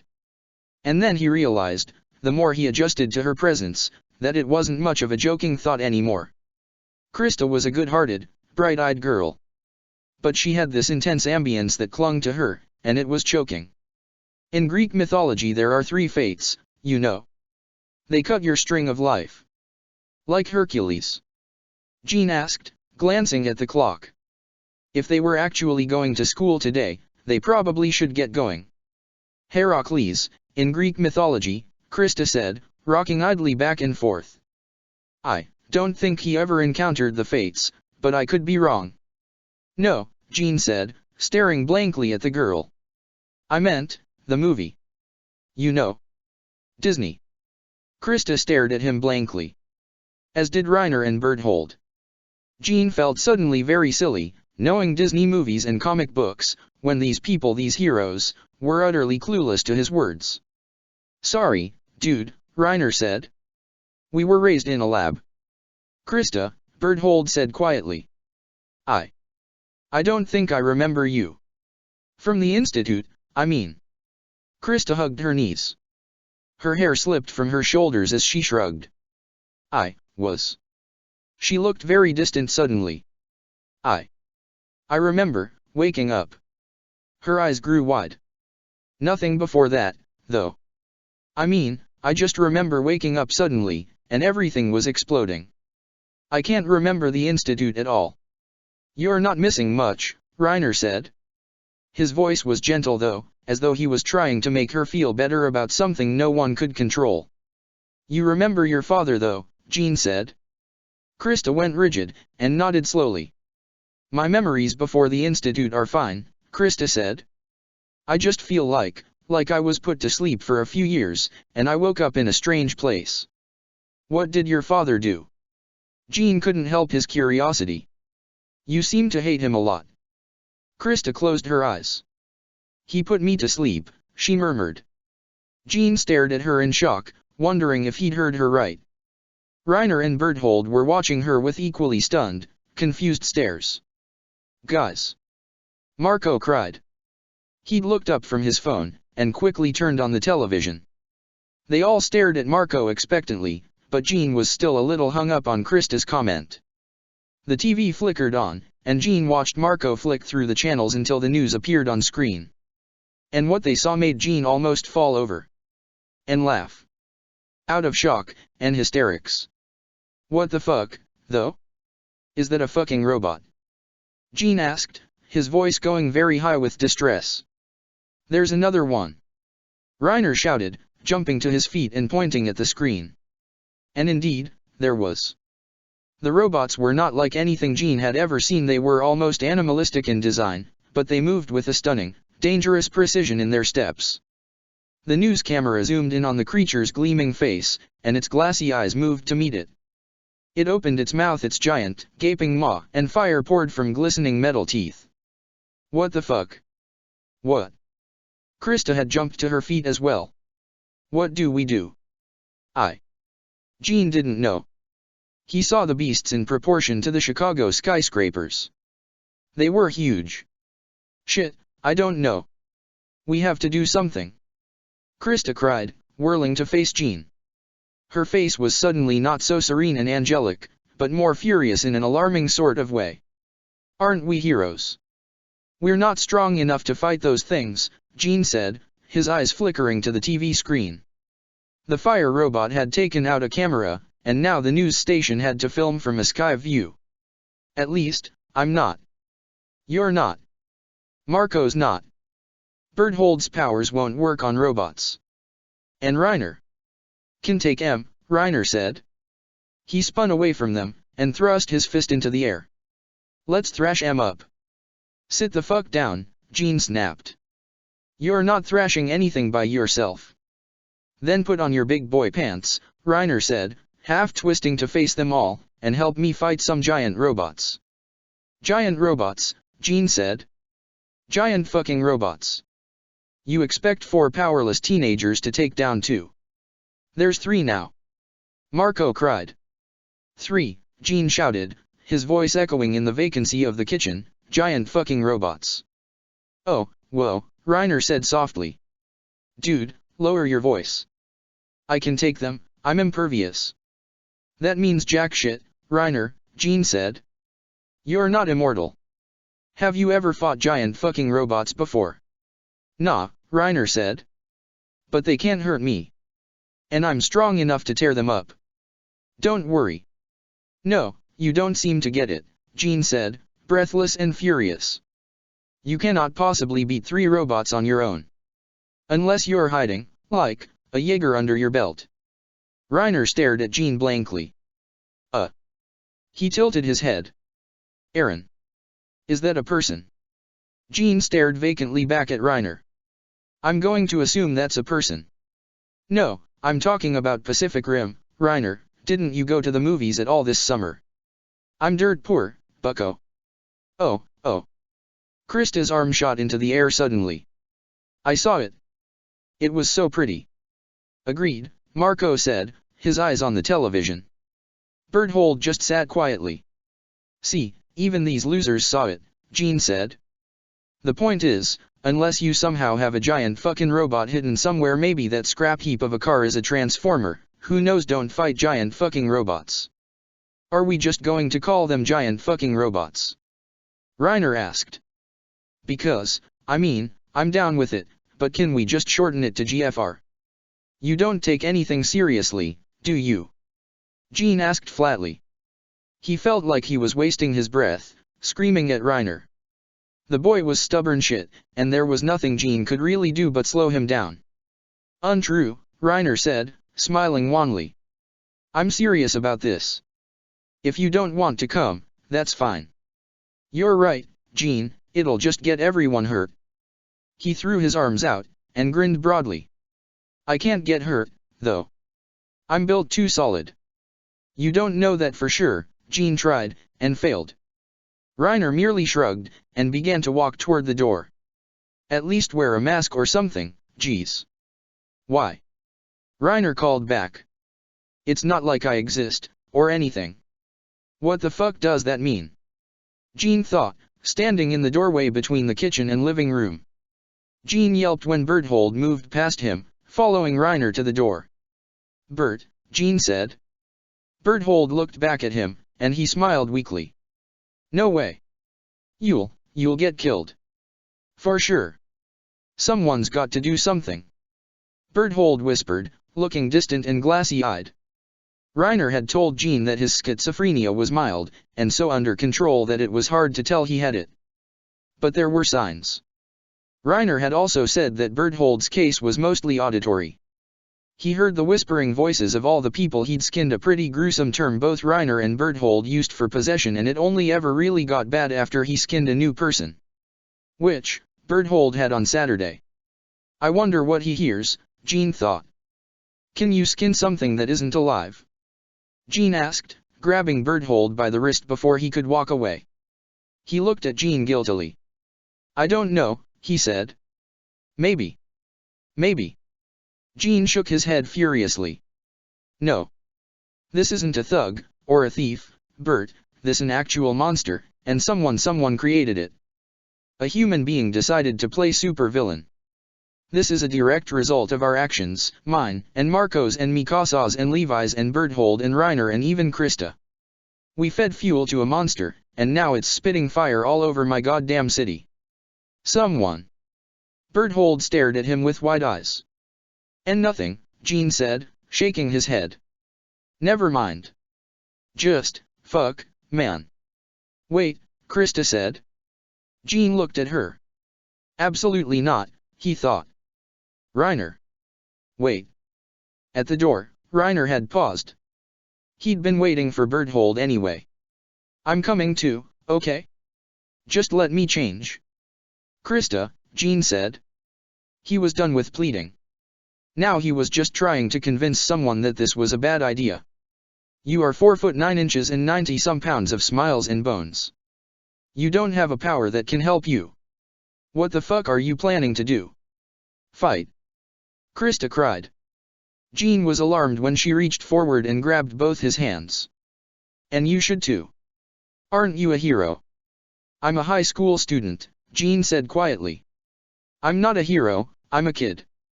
And so are you. Jesus. He tore his hands away from her in order to rub his forehead in contemplation. We're not in any shape to be fighting monsters. We're not powerful enough to even entertain the thought. Then who is? It was Marco who spoke. Jean looked at the freckled boy, sickened suddenly by the idea that Marco was willing to join the crusade. He was standing by the television, his warm brown eyes tired and dull, aged suddenly as though shriveled in the sun like grapes to raisins. He stood and stared. At Jean. Only at Jean. There was a serious, calculating look about him that made it clear that he had thought about this extensively. Marco knew the answer. He wanted to know if Jean knew. And that made the pressure of the situation all the more terrifying. What do you mean? Jean asked. If we're not powerful enough, Marco said, his voice strong and steady, then what about the people weaker than us? There's no one protecting us, Jean, so who's protecting them? We have to be strong enough. I don't understand what you're talking about, to be honest, Jean sighed. Krista had disappeared from the kitchen, likely to change, and Berthold had moved to Reiner's side at the front door. Are we in any danger here? Jean, Marco said gently. Giant fucking robots. GFR. Reiner called from the door. Shut the fuck up. Jean called back. He turned back to face Marco, who had taken a few strides to meet Jean, his sun-dried eyes suddenly glowing with the intensity of determination. Jean almost took a step back from the shock of it. He'd never seen Marco look like this before, so like a stranger who had taken over his friend, his best friend who cared for everyone and was so determined. Oh. It occurred to Jean that perhaps he didn't know Marco at all. Perhaps he'd been pretending for years and years that he knew Marco, because maybe he knew some part of him, some tiny part that doted on Jean and made Jean feel like he was worth something whenever he felt like he was nothing, but it wasn't who Marco was. Not truly. Jean could pretend that Marco was the perfect friend, the perfect follower, the ideal person that Jean needed around him. But Marco was just as human as Jean was. Marco was breathing, and Marco was having thoughts, and making his own decisions, and planning to follow through with his life with or without Jean in the equation. And it hurt, not because it was happening now, per se, but because it was inevitable. This was life. Marco knew it. Jean knew it. And it was possible that fate did exist, if only to tear friends apart. Why are there 3 fates in Greek mythology? Jean wondered, searching Marco's face desperately. He could see every freckle, every pore, and it was almost too clear, as though Jean had been living half his life staring at Marco through a faulty lens. It only takes one person to cut one string. So why 3? Are there other strings? Life string, mind string, heart string. You lose your heart first. And once that's cut, there's no helping you. It's the end. You lose everyone you love fast, and you're stuck with the ashes of all the fucking failed relationships you've had. Then you lose your mind. You're friendless. Hopeless. Heartless. You already wish you were dead. And you cave. That's when your life gets cut. And it's a mercy. Marco took Jean's hands, and stared at him worriedly as though he could hear exactly what he was thinking. You're the one who wanted to be a hero, Jean, Marco whispered. So why don't you just prove that you are? I'm scared, Jean wished he could say. I don't want to die. It had never stopped him before, but now was so different. Now it felt real, not just some senseless dream used to escape from the real world. Fighting crime at night, in the dark, it was a secret. No one knew there were vigilantes going around, at least no one with the power to stop it. But to go out and fight giant robots GFR, as Reiner would prefer, with little chance of success? Jean couldn't even break into his own computer when he forgot his password. Marco had to do it. Hell, Marco had known his password. There was no chance for him to be of help in this situation. "I'm not a hero, Marco," Jean said, his voice unsteady. "Yeah, you are," Marco said firmly. He wasn't smiling. His gaze had grown dim and tired again. "But I need you to stop pretending you're not, just because you're weak. That doesn't make much of a difference, in my opinion. Because that's what makes you different." He let go of Jean's hands, and Jean had almost forgot he'd been holding them. Maybe that's the kind of hero people need. The normal kind. A human. That's what you are. So. Marco smiled suddenly, and shoved Jean gently. "Just be human. But don't die. 'Kay. Jean didn't know what to say. Except, perhaps, remind Marco that they had a Spanish test in half an hour. "Okay. I don't really. Trust me," Marco said. "I do," Jean sighed. "You know I do, come on. Then let's kick some robot ass." Marco offered Jean his hand, and Jean couldn't help but accept it. Chapter 9, Method of Working. Modus operandi. Manhattan, New York. AD. Calendas Octobres, 2766 AUC. Aaron had been pretty much prepared to face school with his usual speak a word and die attitude. That morning, as he'd been trying to find an Oxford shirt that was pink, because it was now October, and they got to wear pastel pink shirts with their uniforms now, how fucking exciting, Mikasa had appeared in his doorway. He glanced at her, completely dressed, and he threw the shirt in his hands at her face. It landing on over her head, white and rippling across her nose and mouth. She tugged it off, and stared at him. Her phone was clutched in her fist.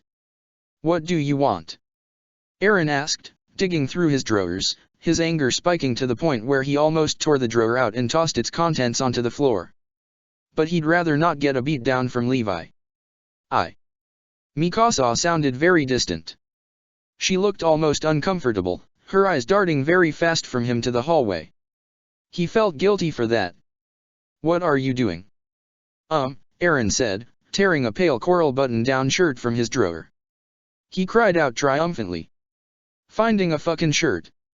Well, that's it, God bless America, I can convert, God is real." He glanced at Mikasa, who was still standing frozen in the doorway, staring at him with large eyes. She probably thinks I went crazy in 5 years, Aaron thought. Though, I probably did, so can't blame her for that. "Are you okay? Do you wanna, talk, or?" Mikasa said, blinking rapidly. She pulled her red woolen scarf, his own from years and years ago, up over her lips as she shook her head profusely. No. No talka, eng. Her voice was muffled by the wool, and he couldn't help but smile. "I just got a text from my friend Marco." "Oh, right." Aaron pulled on the shirt, frowning at its tightness around his shoulders. Maybe they'd gotten broader? He hadn't even noticed, holy fuck. Weird. From Chicago. Wasn't there another one? "Jean," Mikasa said, pulling her scarf down a little when Aaron began to button up the shirt. "Yes. Anyway, Chicago's being attacked by giant robots." Aaron paused mid-button. He looked up at her. "Repeat that last bit," he said. Slowly. Go for a Samuel L. Jackson impression." Mikasa stared at him, her eyes darting fast from end to his face in mild confusion. "I'd like to talk to you about the Avengers Initiative," Mikasa said instead in a dead monotone. Aaron stared back at her for a moment, and then burst into laughter. "Close," Aaron said. "But Sam Jackson's voice ain't that high." "Aaron," Mikasa said very slowly. "Chicago. Giant robots. Is any of this digesting? Do you want me to go tell Hang?" Aaron's stomach fluttered giddily at the thought of missing school to fight giant robots. "I'd have to go full rogue though," Aaron thought. Somehow he didn't mind. Mikasa shook her head. They're investigating the institute today, Mikasa said quietly. She averted her gaze, and Eren stared at her. Tell me what's wrong, Eren said through their mind link.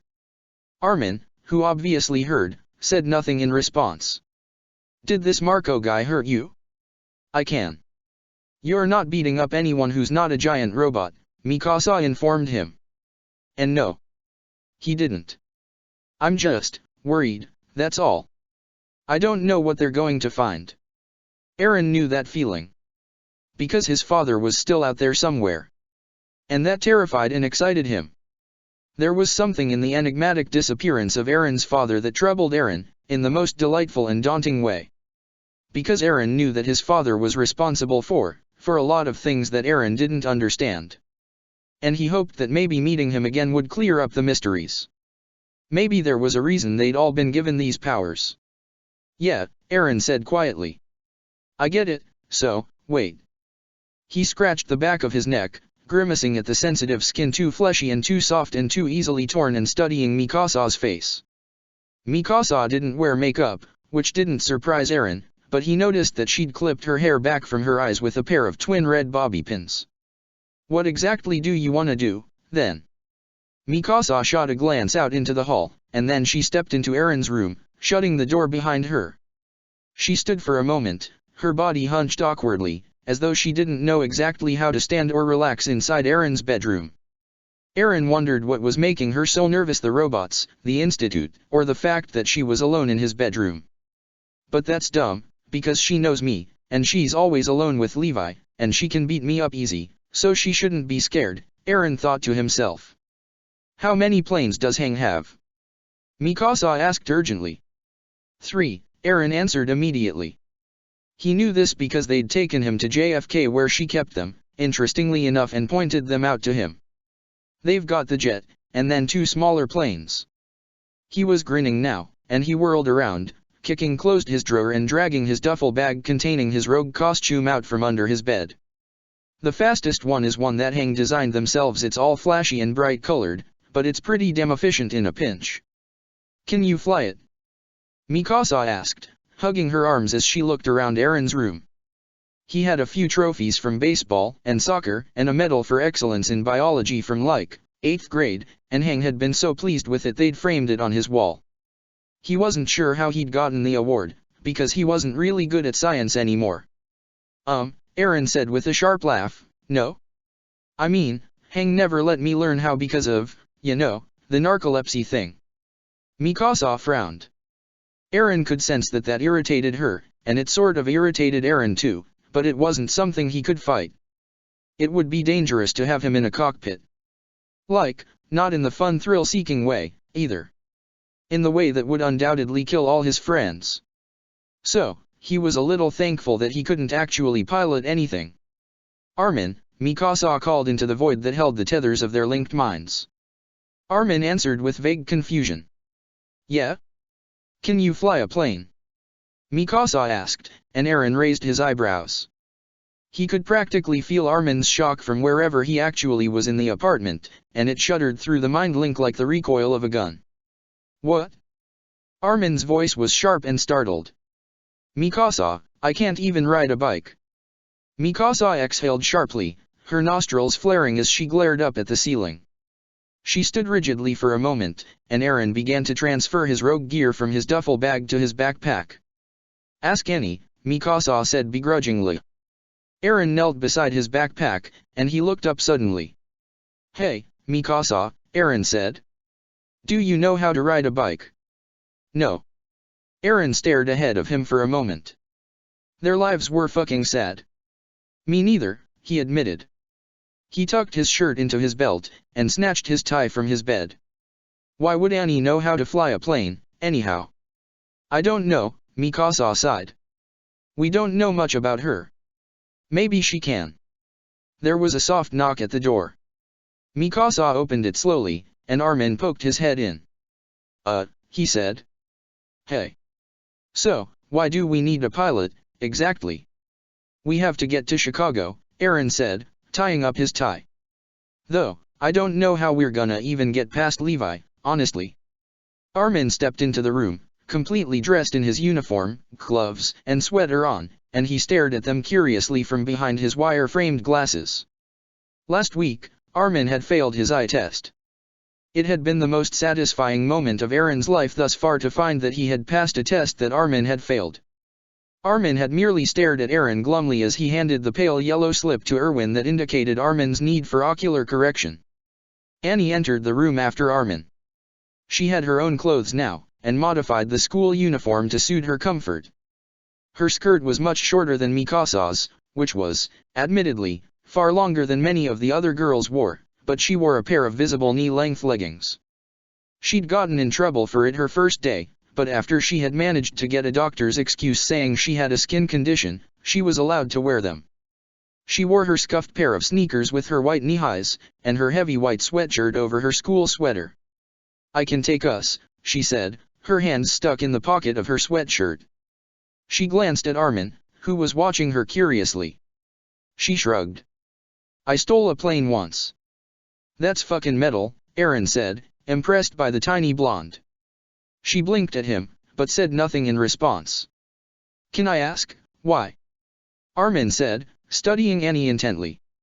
"It's safer than hitchhiking," she said. "Once you figure out the controls, at least." "So you did your homework, then," Armin said. "Before you stole it?" "Well, I didn't crash it," Annie said, sounding bristled. "I left it where I landed. I didn't plan on keeping it, and I'm sure it was returned to the owner." "Okay, cool," Aaron said, nodding at Annie. "So you can take us to Chicago. Who's prepared to beat up some robots?" They all stared at him blankly. Mikasa raised her hand, and Aaron grinned, high-fiving her happily. Armin and Annie merely looked uncomfortable. It's like they don't even want to be heroes, Aaron thought. But Armin and Annie just stared, 4 pairs of dull blue eyes watching Aaron uncertainly, and Aaron felt a memory surface from the depths of the crypts that held his past, of these 2 small friends of his standing across from him with the same dead, bemused look in their eyes. Only they were even smaller then, even more uncertain, and even more distant and dull and dead to the world. Why would anyone attack Chicago with robots? Armin asked suddenly. Aaron glanced at him. "Does that matter?" "Of course it does," Armin said. He adjusted his glasses, and shook his head. "Nobody just makes giant robots to attack a major city for no reason. Aren't you the one who knows stuff about comics? What would be a villain's motive in this kind of situation?" Aaron didn't know. There were different types of motivations: chaos, money, power, vengeance. But this seemed random. Robots. Giants. Chicago. Aaron had no idea. And he admitted it. Armin slumped, and he frowned, and Aaron could tell this was going to bother him. "We need to get past Levi," Mikasa said, glaring at the door disdainfully. "Any ideas?" "Oh, that's simple," Armin said. "Levi can drop us off at school assuming we aren't telling anyone that we're doing this, which I would normally advise against, but considering the circumstances." "Agreed," Aaron said. He frowned, and looked down at his uniform glumly. "Do we have time, though?" "I think either way we're pretty pressed," Armin said. "It won't matter at this point, as long as we get there." Aaron didn't actually believe that, and he didn't think Armin did either, but there was nothing they could really do.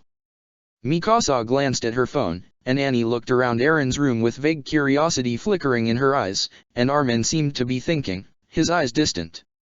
Something occurred to Aaron at that moment, and he looked pointedly at Annie. "If you're gonna fight with us," Aaron said firmly, frowning down at Annie as she turned to face him, "then you need to join the mind link."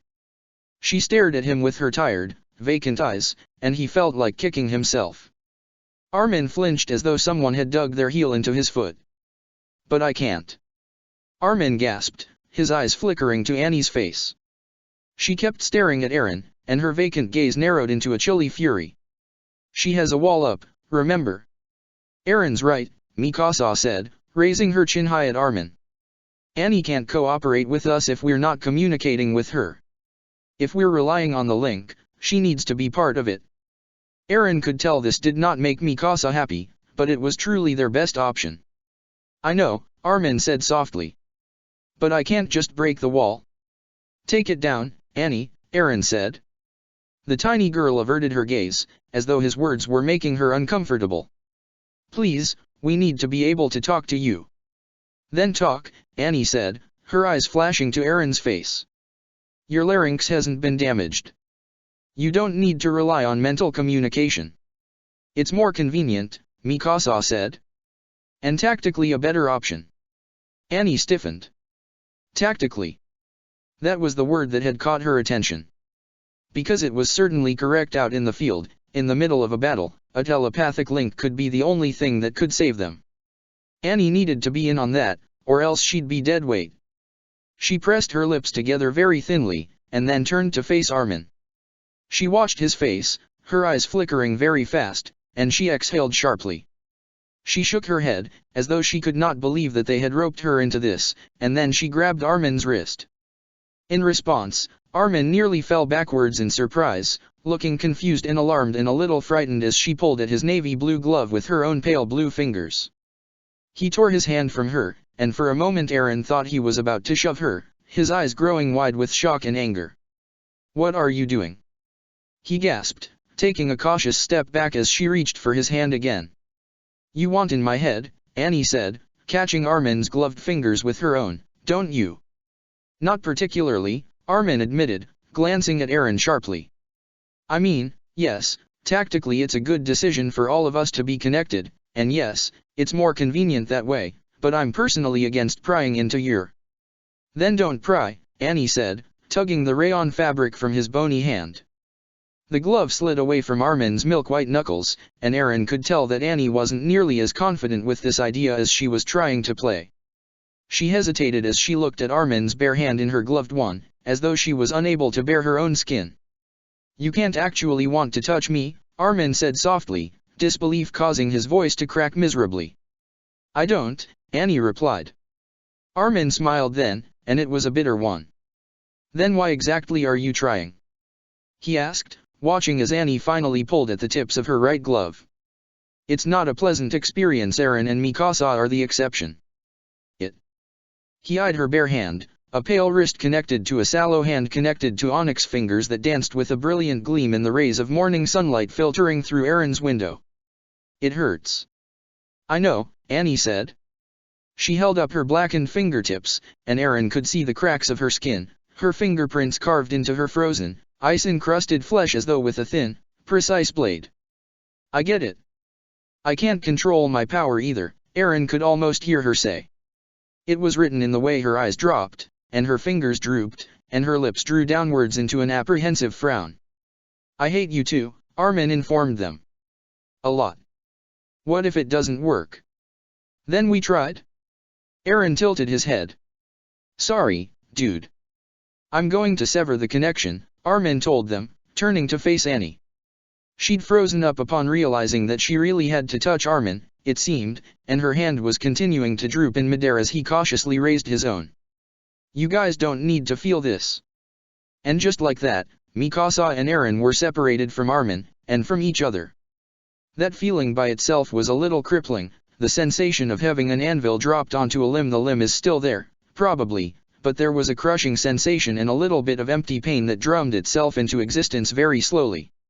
Aaron could almost feel the link loosen in the void, spreading just far enough apart for Aaron to not be able to reach Mikasa's mind, and not be able to feel Armin's anxiety. He hated it.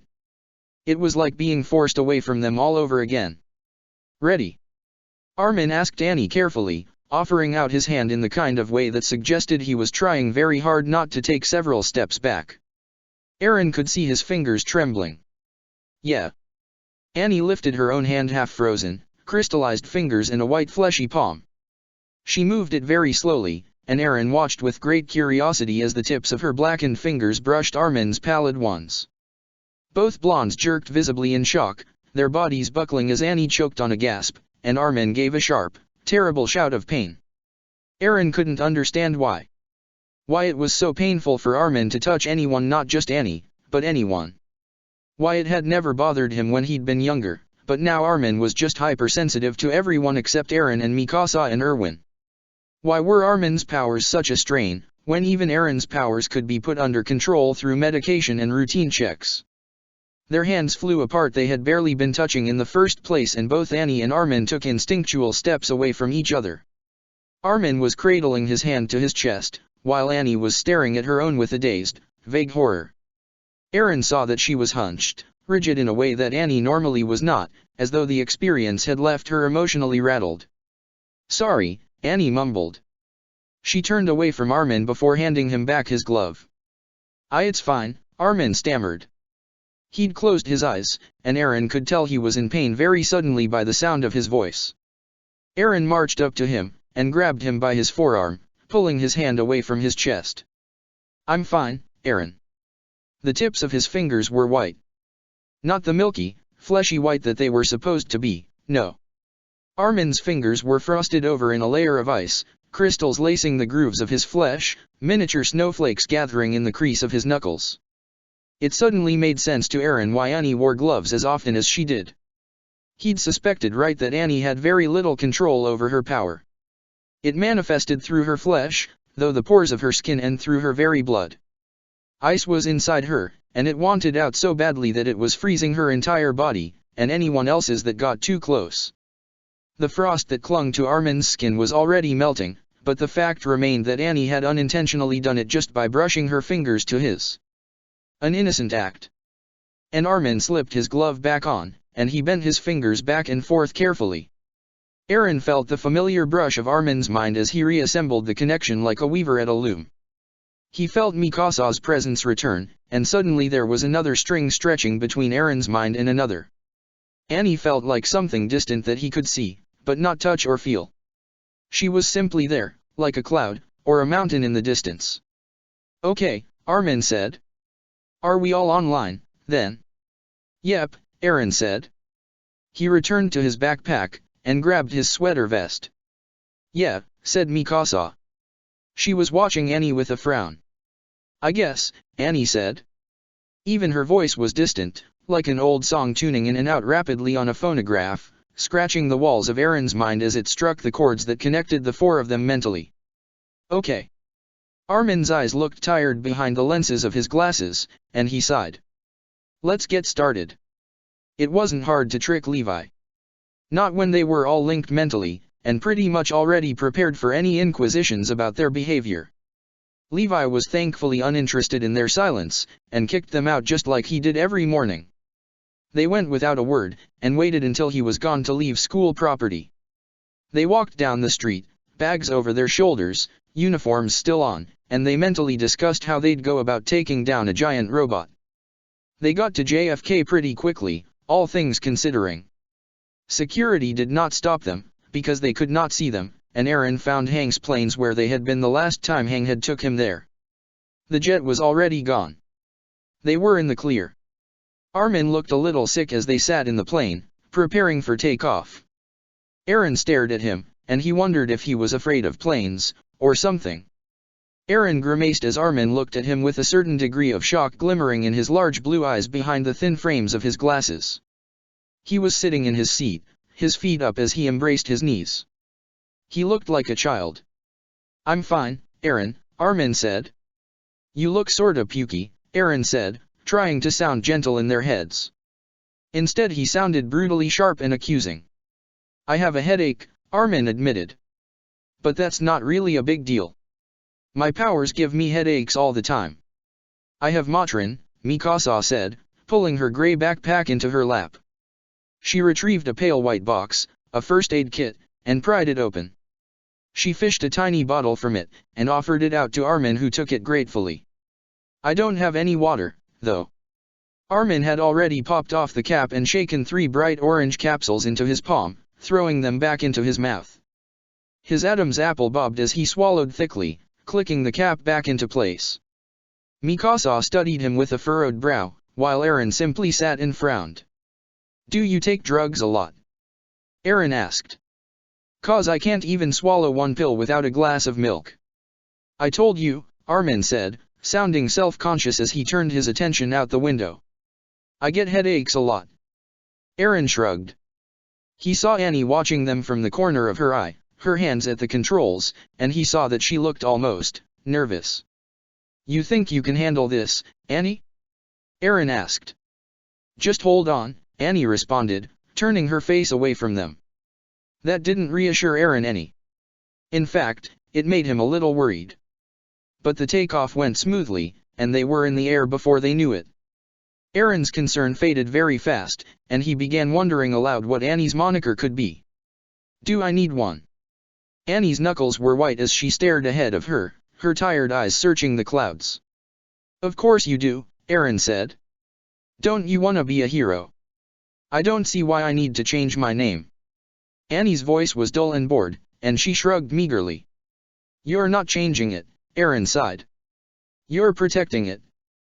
That's stupid. You're stupid, Aaron bit back. The scathing look Annie threw back at him suggested that she heard him. Aaron's right, Armin said.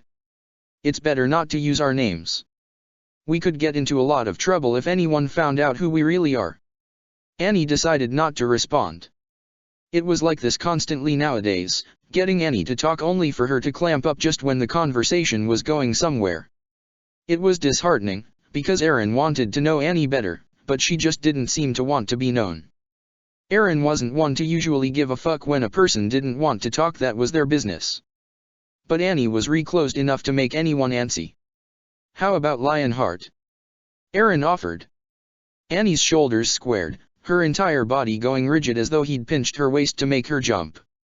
She twisted to look at him, and he could see that she was surprised, albeit mildly. What? She said. Lionheart, Aaron repeated with a shrug. Like, your last name. Leonhardt. That's what it means, right? She was quiet. The corner of her lips twitched. I guess. She said slowly. Then we'll just use that, if that's okay, Aaron said. I mean, unless you don't like it. Then we can change it. Did you want something ice-themed, cause like? Lionheart is fine, Annie cut in, turning back to face her clouds and her silence. Aaron frowned. Aaron ended up sharing his earbuds with Armin for a little while until he fell asleep. When he woke up, the music was still pumping through his ears, and he noticed that Mikasa had half-changed into her Neo outfit. She had the golden band around her shoulders, and by extension the flimsy sheer fabric that split at her abdomen in order to hook at the scabbard of her sword resting at the small of her back. She was still wearing her uniform skirt, and her button down, but Aaron figured they would all have to make adjustments for today. Her Neo mask was resting in her lap. Armin was wearing his white hood, and his gloves from his Cicero outfit, which danced with scrawled words in a surreal twitching of letters. Aaron couldn't help but notice the faint brown stains that flecked the hem of his hood, and the insides of his palms. The stains were barely noticeable, but to someone looking for them, they were horrifying. It's shown up on the news, Mikasa informed him as he stripped off his sweater vest. Just half an hour ago. Before that, there wasn't any confirmation of giant robots. Are we almost there? Aaron asked, slapped his mask over his eyes. It had a heavy adhesive that allowed it to stick to his eyes, but it was also made of some weird polymer that conformed to his bone structure. Hang, Aaron had decided, was fucking magic. I'm trying to find a place to land close to the city, Annie said. Aaron peeked out the window, and saw the Chicago skyline glimmering behind a layer of smog and smoke. Drop me, Aaron said. He felt Mikasa and Armin's eyes fall upon him with the shock and confusion that one radiated from their fierce gazes. He could almost feel the word flutter off the edges of their link, fringing at the ribbons of their connection. Suicide. But it wasn't. Aaron could survive it. Drop you, Annie repeated aloud. I don't know if I'd be able to see anything if I got any closer. Then drop me here, Aaron said, unbuckling his seatbelt. I can get a running start. What does that mean? Armin squeaked, staring up at Aaron. Are you going to go completely rogue? Giant robots, Aaron said. Giant monster. I'll tear em apart. That's too dangerous, Mikasa said, lurching forward as though to grab him. Her seatbelt held her back, and he fumbled around the cabin for a moment. Aaron, are you listening? You can't just become 15 meters tall like that, there are people down there. It'll be fine, Aaron said. I'm not sure that's sound judgment, Aaron, Armin squeaked. Doesn't going rogue drain your energy? You could pass out while inside rogue. I know. Aaron grunted as Annie jerked the plane to the right, and his back went slamming against the wall of the plane. I know. I'll take responsibility if I hurt anyone, and if I pass out. Aaron looked pointedly at Mikasa. Cut me out. Cut you. Mikasa's face was utterly emotionless, but he could tell she was horrified. Cut down the nape of my neck, Aaron said, feeling dazed as he spoke. Down, not across. If you cut across, you'll kill me. Aaron, Armin said gently. You're right. Rogue is something we're going to need. But we need to be careful. People could be dying. Aaron cried. There's a city that's being wrecked to shit, and you wanna talk danger? We can't afford it, Armin, we don't have time. If I'm gonna go, I'm going now. I'm dropping you, Annie said. I've gotten close enough to a street to land, but I'll drop you first. Get ready. Good, Aaron said, edging toward the emergency exit. Armin and Mikasa were both leaning forward, their seat belts restricting them as they twisted to face Aaron. They both looked incredibly pained, as though they could not understand why he was doing this. He tried to smile at them, and he said, Come on guys, you get to see Rogue for the first time, how awesome is that? But they just stared at him. They didn't care. They were scared, and Aaron was fueling their fear with his recklessness. And the truth was, he didn't care either. He raised his left hand to his lips. This is a bad idea, Armin said. Aaron yanked on the latch, and his stomach lurched almost painfully as he was sucked from the airplane as though he was a leaf snatched up by the wind. He could hear nothing but the ferocity of the air as it tossed him around senselessly, viciously, angrily tearing at him as his limbs flailed in midair, his hair fluttering across his eyes and around his ears and whooshing in the whistling air. For a moment, Aaron forgot where he was. For a gut-wrenching, paralyzing moment, he forgot who he was. Free-falling was the type of thrill that attacked every muscle, every tendon, every cell, and atom and molecule of your being. There was shock, and it allowed the body to be utterly still as nature attacked it like feral dogs diving at a fresh slab of meat. Aaron could not recall what he was doing in that moment, because he was so taken aback by the brutality of gravity, the beauty of falling. He recovered as he flipped himself unsteadily onto his stomach. The ground was spinning upwards to meet him, zooming in and threatening to collide with him. Could Aaron come back from being a blood smear on the side of a street? Could he regenerate his bones, his nerves and veins and muscle and flesh? Could he come back from complete annihilation? It didn't matter. He forced his fist between his teeth, and tore at his skin with a ferocity that could rival the snarling wind around him. He felt the warmth of blood pool against his tongue, sickly sweet and acrid and burning him as though it was a flame, and suddenly it was, and so was he.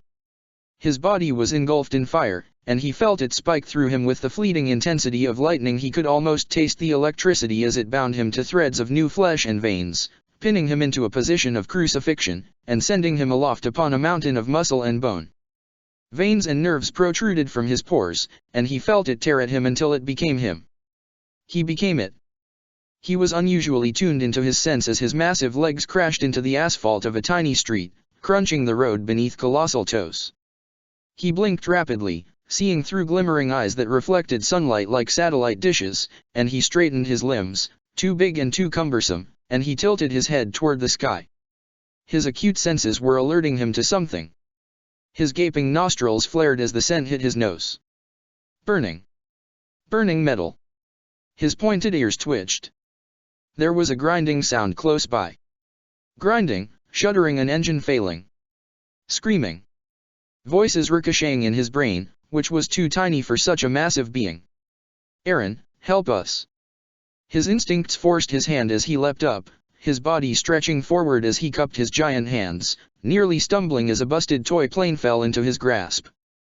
Twisted metal wings burned his skin. He whined, his maw opening and exhaling steam and irritation. He squinted into the little toy plane, and saw a tiny blonde girl pressed into a seat, forehead glistening bright crimson, and Rogue's mind became aware of the damage his transformation had done to that of these tiny, tiny friends. The girl was slumped, her eyes closed, and Rogue's skinless mouth opened and closed, wishing to say something. An apology. Aaron. A tiny blond boy had appeared in a gaping hole at the side of the toy plane. His hair was half framing his cheeks, lemon-colored and fluttering against the wind. The rest was twisted behind his head, holding the frames of his little doll-sized glasses in place. Rogue moaned softly, and he pulled the toy closer to his face. The boy was now eye level, and Rogue wished the boy would smile. But he didn't. He merely stared at Rogue, his expression morose. Aaron, said the boy. Your mind isn't making sense. It's all scrambled and it's burning. It tastes like someone put your thoughts in a metal container and stuck it inside an open flame. Like he looked a little terrified, and he reached out toward Rogue, his white gloves carrying heavy words that peeled away and threatened to stick to the heat of Rogue's skin. Like skin blistering, like the grease of charred meat, and it's not stopping. Armin. A girl in a strange white and black mask appeared in the gaping hole, and in one arm she held the bleeding blonde girl. Rogue relaxed, and blinked rapidly. He was doing something. Yes, he was doing something. Are you okay? I'm fine, Armin said. A little rattled, but fine. Is Annie knocked out? Said the girl. The blood's already crystallized, though, so I don't think it'll be for long. Okay, Armin said. Aaron, can you take us with you into the city? Rogue nodded eagerly, his ragged brown hair falling into his eyes, and he felt like he could smile giddily, but he didn't have lips. Just a skinless mouth. He watched Armin and the girl Mikasa, his mind whispered fiercely, idiot, and Annie climb onto his palm. He dropped the plane. It crumpled against the battered street, and Rogue closed his eyes. He was regaining some semblance of organized thought. He knew it. I hope Hang doesn't kill you, Armin told him, resting his gloved palm on Rogue's long nose. Rogue turned toward the city and began to walk slowly forward. He was wary of cars, carefully stepping around them as they passed by. Annie woke up in Rogue's palms. Mikasa had jumped from his hands to his shoulder, overlooking the city like some kind of conqueror, while Armin had decided to sit beside Annie. She sat up, touched the fresh skin of her forehead, and blinked rapidly. Welcome to the Rogue Express, Armin said jokingly. Annie didn't smile. Why is his skin so hot? Annie asked, sounding almost disgusted. I'm not exactly sure, Armin said, but I think it has to do with the energy he has to produce to maintain this size. Annie said nothing in response, so Rogue assumed she just took that answer as true enough. Rogue was having trouble maneuvering between buildings now as he squeezed into the Chicago streets. Luckily everyone evacuated from his path, or else he'd probably squash them. Oh, wow, Armin breathed. Aaron, talk to me. Aaron saw the smoke and the wreckage with a harsh, blinding clarity as metal limbs shattered glass and tore up streets and crushed tiny toy cars. He could see one strange-looking beast, animalistic and glinting in the sunlight as it hopped from building to building, fire huffing from its maw. Aaron saw this. Aaron exhaled sharply, steam billowing from his nostrils. I can fight them, Aaron said. Armin relaxed in Aaron's palm, and he smiled. Good to hear, he said. You'll need your hands, so can you put Annie and I down? Aaron raised his cupped hands a little above his head, and listened to Armin and Annie shout in shock as Aaron let them go. They fell into his twisted, scraggly brown hair and Armin shouted in alarm as he slipped right off Aaron's head. Aaron was about to catch him when a tiny, gloved hand caught Armin by his skinny wrist, and the words on his stained white gloves glowed eerily as he hung awkwardly before Aaron's left eye socket. Aaron, I'm gonna kick you in the eye. Armin cried, his little face scrunching up in frustration. Aaron's skinless mouth parted, his teeth clanging together as he made a guttural, breathy sound, his chest vibrating as his head bobbed. He was laughing.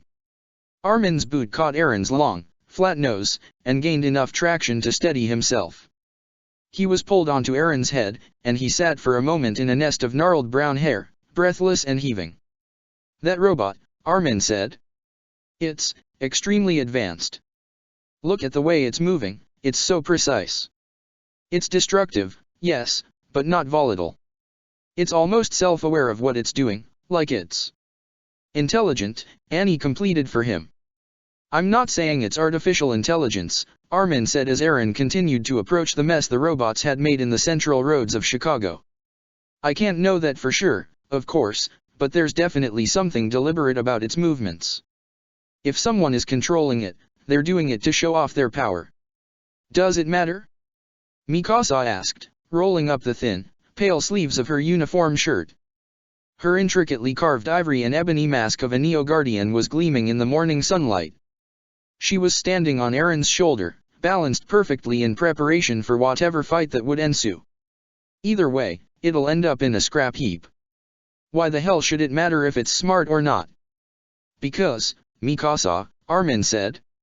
Aaron could feel his fear as it strummed the fibers of their mind link. Big scary monsters, yeah, they're bad and tough. But the real danger isn't the big scary monster. It's what's controlling it that's terrifying. That's where the real danger is.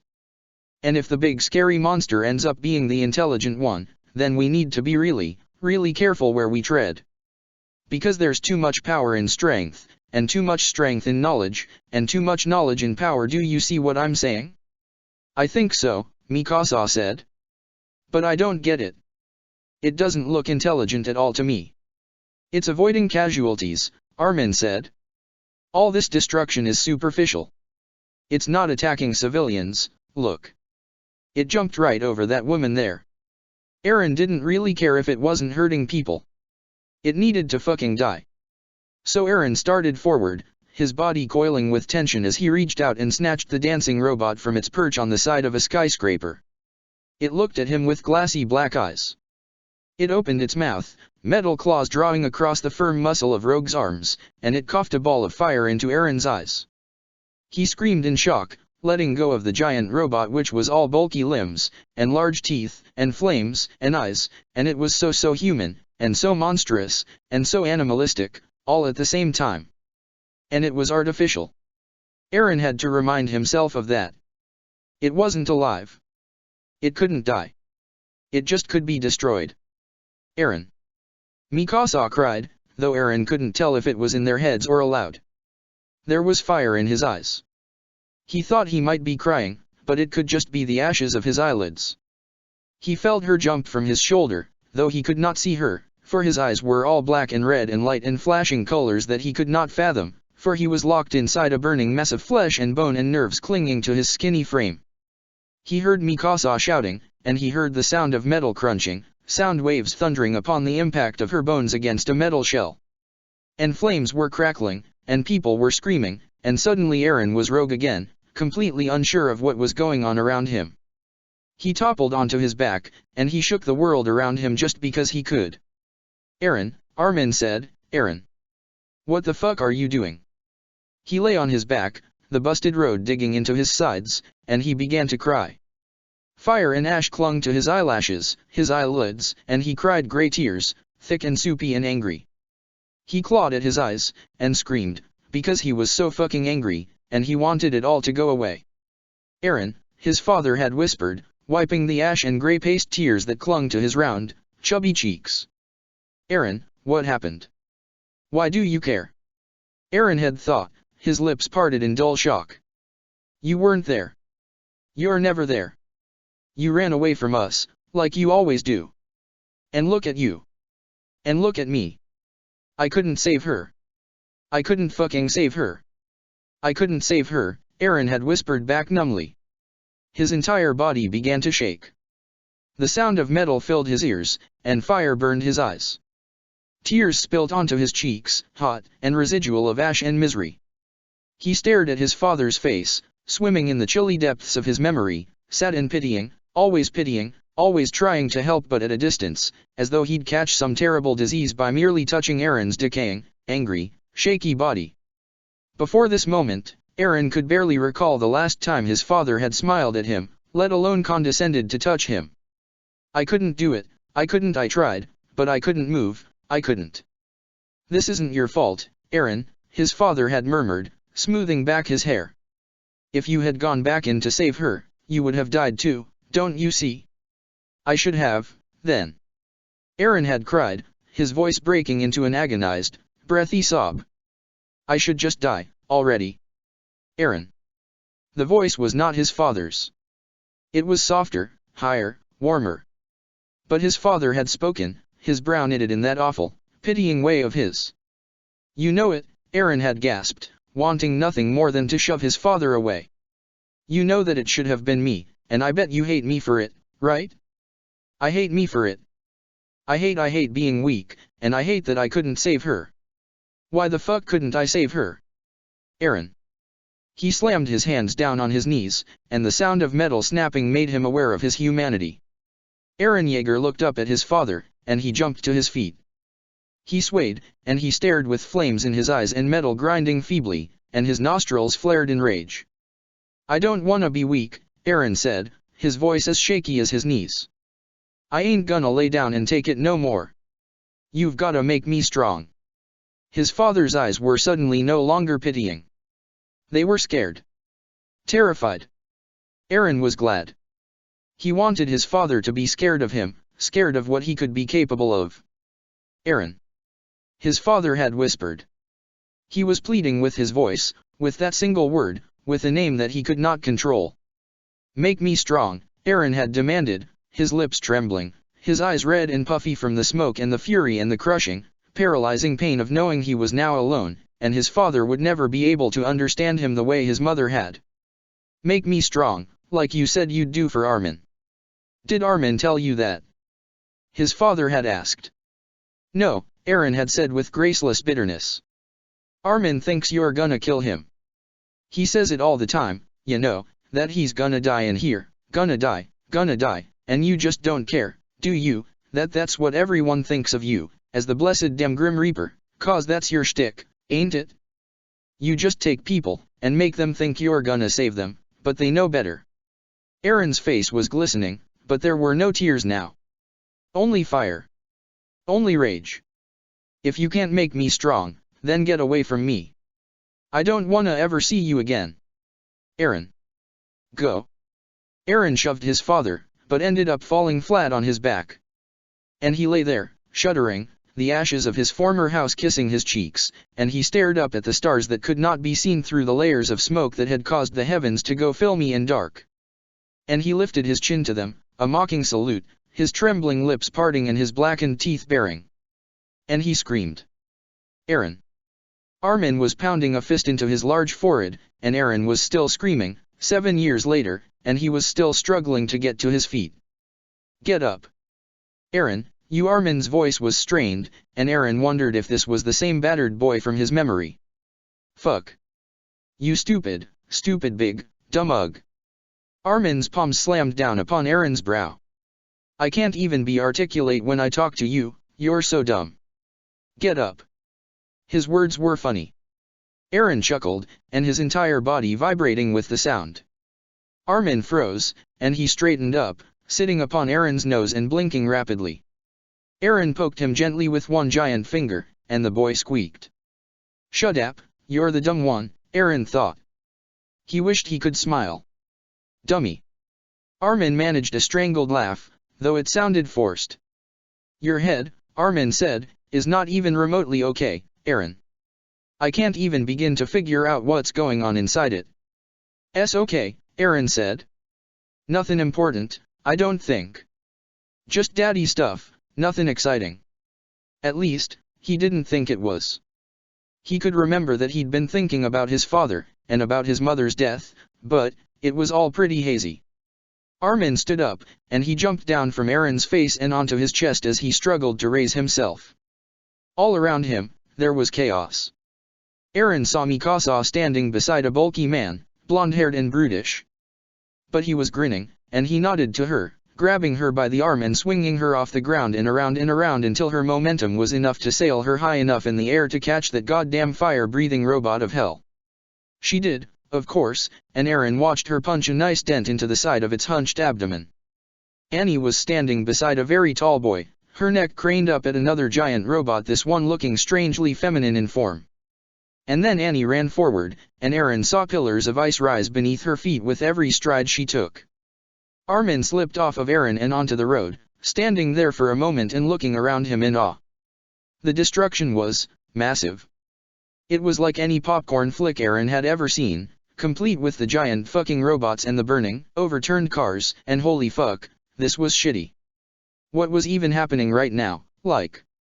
From what I gathered, Armin said, Reiner and Berthold ended up here too. Mikasa's friends, Jean and Marco, they're here, and 2 girls with them. Reiner said one of them was apparently at the institution too, but I don't remember her. But I don't really remember Reiner and Berthold very well either, so. That struck a chord with Eren, and he sat up, blinking between his old friends as they stood in the middle of the road, watching the destruction with the same expression of loss on their faces. Reiner and Mikasa called the dancer sorry, that's what I'm calling the fire one. Annie said she wanted to take the female one, and Marco and Jean are pretty much just distracting the armored one until you can fight it. Armin looked up, his large blue eyes watching him tiredly from behind his tiny spectacles. Can you fight it, Eren? Eren rose to his feet.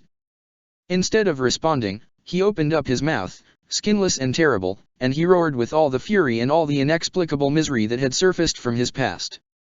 He ran, his bones stretching as his muscles worked to get at the armored robot, the only one that could be the armored one, tall and plated with steel in all the right places in order to prevent immediate damage. Everyone on the ground moved away from him as he dove at the monstrous robot, his fist connecting with its mighty metal jaw. It blinked at him.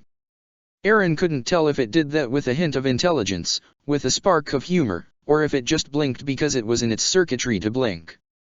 The robot backhanded Eren so hard, he flew into the side of a building, and glass shredded through his shoulder as windows and steel shattered and bent around him, burrowing into his flesh and gnawing eagerly at his exposed muscle.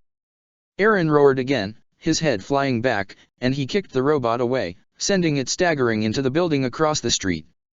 Glass was raining down onto the road, and bathing the busted, cracked walkways with shards of the glimmering morning sky. Eren pulled himself from out of the side of the building, and he glowered at the robot. He'd finish this. He had to. Armin's verbal cry forced Eren to tear his eyes away from the robot. He saw, alarmed and furious, that the robot that Annie had claimed had grabbed Armin. Literally, Armin was clutched in its giant metal fist as it brought it up to its face. Annie was lying in the street, and Eren saw that she'd frozen her entire right arm. Eren didn't know if it was because it was broken, or if she was using it as a weapon. Armin! Mikasa cried. She had just jumped from a roof. I'm okay, he said, though his mental voice sounded strained. It's not hurting me, it's just staring. Mikasa, I think they're sentient. Isn't that bad? Mikasa had completely ditched her own robot claim, and was running at the vaguely female one. You said that was bad. None of them have actually killed anyone, Armin said. He was sort of just hanging limply in the hand of the giant robot. So I'm not oh, crap. Armin? Eren called out into their mind link. He noticed the fingers clutching Armin were crystallizing. And Armin with them. Armin. And then it dropped him. Something zoomed past its fingers, and Eren heard it chip away at the metal, grazing the frozen knuckles and colliding with the ground. And down Armin went. He screamed, his white cloak fluttering around him as he was whipped through the air, not dissimilarly from how Eren had before he had transformed. There were feral dogs tripping over themselves to get at Armin. There were jackals in the wind, waiting for him to crash against the pavement before they tore him apart. A blur of color caught Eren's eye, a whoosh of green in a sea of gray and black and white, and the reflection of blue against the glimmering glass that littered the vacant Chicago street. The haze of bright green caught Armin, and skidded to a stop not too far from Eren's foot. It was a boy, standing with his dark face raised to look up at Eren, and both his arms clutching Armin as he clawed at his chest, wheezing softly. It was a boy Eren had never seen before. Not at the institute, not anywhere. He had a dark face, and a shaved head, and a pair of eyebrows shaped almost purposely to make him appear confused, and a lopsided smile that suggested he had no idea what he was actually doing. Sup? The boy called up to Eren. Eren started as someone jumped onto his shoulder from somewhere above him, and he blinked at the grinning brunette girl who decided to poke him in the face with a fucking bow. Holy crap!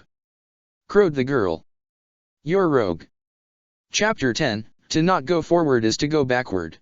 Non progredi est regredi. Salem, Oregon. 2760, AUC. Connie Springer had the normaliest of early childhoods. No, really. He had a mom and a dad, and a bunch of siblings, and a house in the suburbs that was cozy, but not too small, and there was nothing strange his mother wasn't murdered on his birthday. He wasn't from the future, he didn't have a clone or an evil twin, and he was pretty damn sure he wasn't Magneto's son. So, like, when he was a toddler, he went to daycare one day and became friends with Sasha Browse.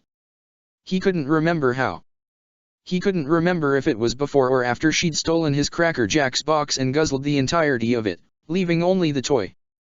He couldn't remember if she had pushed him off the swing because she'd been teasing him, or because she hated his guts at the time and wanted that fucking swing to herself, and he couldn't remember when or how they'd gotten to the point where they were racing every day on the playground. He always won, or throwing rocks at the busted windows of old buildings to see who could make them shatter. She always won. His and Sasha's was the kind of friendship that didn't really have a beginning or end. They lived their lives circulating around each other, never considering the fact that they were totally dependent on one another for survival in the great wide world. Not that they couldn't survive without each other. Sasha could probably survive a nuclear apocalypse, honestly, but Connie found that he was very unhappy when Sasha wasn't around. He'd turn to tell a joke, and there was nothing but an empty space. He hated that feeling. It made him feel like something bad had happened. When they'd been 6, Connie had been invited over to Sasha's house for the first time. Sasha had lived a little farther out at the time, near a little forest where her father had taken her and Connie. That was the first time Connie had ever seen Sasha's archery at work, and he would never not be impressed by her concentration and precision. She was a total klutz when it came to, well, everything, but hunting was different. Sasha could hunt with her eyes closed. Anyway, the moral of that story is basically never take Connie Springer hunting, because he will cry and run away. And when you serve him your most recent kill for dinner that night, he'll cry even more, and you'll have to pat his back awkwardly as he hiccups and tries not to puke. After the first 3 times, Sasha became mindful of Connie's sensitivity to the death of animals, and whenever he came over the meat was store-bought, and there was lots and lots of vegetables and fruit for him to gnaw at. When they'd been 7, Sasha had moved away. That had hurt. 7-year-old Connie Springer was loud. He was sociable. He made fart jokes and pretended he was bigger than he really was and got beat up on the playground, but mostly because he was begging for someone to beat him up so he could come home and grin up at his mom when she asked what had happened, and say, "Mama, I punched a guy in the face." She got sick of that after a while, but eventually Connie started getting a reputation for being a reckless, mindless ball of energy, and once just about everyone had a go at him, no one really wanted to fight him anymore. So, when Sasha had moved away, Connie had been hit unlike he'd ever been hit before. The universe had given Connie its best right hook, and Connie had gone flying. He'd lost teeth. He'd torn his lips on the asphalt of fate. He'd sat up, bloodied and bold and breathing heavy. And then, he'd washed his face with his tears. Sasha didn't move very far. It was almost an hour by car. Just far enough that she had to go to another school. Just far enough that it would be too far to run, by anyone's calculations. Too arduous to ride a bike. Too much effort to keep a friendship going. It was like everyone expected Connie and Sasha to just quit right then and there. Their friendship was basically over. They'd never last. They were just 2 really dumb kids who made each other feel smart. They made each other laugh. That was all their friendship was really based on. Against all expectations, though, Connie didn't quit. He figured out a route from his house to Sasha's house. It took him about 2 hours to run there. He got really good at it, the running. He figured, if he had to be good at something it might as well be the one thing he really needed, right? Right? Well, he thought so, at least. He actually ended up winning a few awards for it in the year post Sasha's move. He'd been so surprised that his parents had praised him on something that it made him want to run more and more. It took him about an hour and a half to run to her house by the time Connie was 8, and barely an hour when he rode his bike. He rode his bike one dark, damp, humid summer day, his wheels splashing puddles into the air, and his pedals squeaking miserably against the rust and the rain. He'd almost decided not to go to Sasha's today, but they were supposed to go wading in the creek near her house, and he didn't want to pass up the chance to dunk her. It'd just be a waste of a perfectly good, perfectly rainy day. Connie had no real concept of safety at 8. He saw that there was a path he could take to Sasha's house. He took it. He didn't think twice. His mother never stopped him, his siblings never noticed his absence. In truth, he felt a little like a nobody in his own home. At least in the Browse house his presence was made aware by the fact that there was meat from Price Chopper on the table, and not from the cold room, the creepiest room in the entire house, with dank, wet walls, and a temperature low enough to allow you to walk into a wall of cold air upon entrance, where the frigid atmosphere rose up from beneath the cold, stained concrete floor and flooded the body with chilled terror as one stared upon all the strung-up meat. So nobody gave a fuck where he was, really, since they already knew, and he was always back by 9. He'd been taking this path every day for about a year. He had been running every day for the past month or so, and his little sister, Eliza, had left his bike out for weeks, allowing rust to gather at its chain and pedals. Connie had yelled at her for it, but she had simply stuck out her tongue, and taunted him with one of her Barbies. He was pretty sure she'd cursed him, or something, because she'd gotten her hands on an Esmeralda doll from the Disney version of the Hunchback of Notre Dame, and apparently she was the fearsome Witch of Salem, Elizabeth of Spring. Connie had been convinced, because of his dumb little sister, that the Salem witch trials had happened in his good old hometown for years. No one had corrected him. What assholes! So, there he was. Dim, dark summer afternoon. Connie Springer, with his tiny blue bike, and hair still on his head, and a pale green zip-up that wasn't even his, it was his sister's, an older one, Mari, and it had some dumb band written on the back that he couldn't really read so he just didn't. You'd think someone would be able to see that sweatshirt, because the rain wasn't heavy, not really, it was just a faint drizzle that misted across the bottom of the hill, and Connie went down it like he usually did. Fast as lightning, no turning back. The roads were slippery, and there was no traction for the tires to work with. Connie realized before he got to the foot of the hill that there was something wrong, so he backpedaled. The brakes didn't work. The chain was too rusted. Later, in the hospital, Connie would say that he couldn't remember being hit, but that was a lie. He remembered it with the sort of clarity that he'd carry with him for the rest of his life. He woke up to the sound of a horn blaring. The majority of his body reacted whenever something metal crashed to the floor. He felt the terror of being thrown from his bike and rolled over the hood of a car whenever he closed his eyes, but he tried to smile it off, because he wanted to pretend it had never happened, that he hadn't lain across the slick black road, blood pooling around him, his limbs bent awkwardly and painfully, that he hadn't been staring up at the sky for minutes as a young man knelt beside him and apologized profusely for everything. He was so sorry, but Connie had no idea who he was, and he hadn't seen his face, and he would never know now, would he? At the time, Connie only knew death like he knew Europe. Europe was a place. It existed. People talked about it a lot with respect, and Connie figured he'd probably go there someday, even though it sounded a bit like a mythical paradise. That was death to him. Just a place he'd inevitably visit. There was no real comprehension there, there was no wait. There was no shock in the idea that someone went away and never came back. Connie's childhood was the normiest of childhoods. Nobody died. He was not an adopted Kryptonian baby. There was no concept of tragedy to him, unless Sasha's abrupt move to the fucking boondocks counted. So laying on the very cold, very damp pavement, unable to move, unable to breathe, pained, and paralyzed, Connie had not been thinking about his imminent death. He'd been thinking about Sasha. He'd been thinking about how she'd be waiting on her porch for him, and he'd still be lying there like an idiot because he couldn't feel his legs, and he didn't know why. He had no clue how exactly he'd gotten to the hospital, but he'd woken up about a day after he'd been hit, and he remembered thinking he could really just go for Mrs. Browse's chicken salad. It didn't occur to him that he was in a hospital. He'd thought he was in his room for about 5 minutes after waking before he noticed the needle stuck inside his arm. You'll never walk again. That's not the type of thing you want to wake up to, especially when you're 8 years old. The last thing you remember is the taste of your own blood filling your mouth. You realize your bike is trashed, and you won't be getting your fucking chicken salad.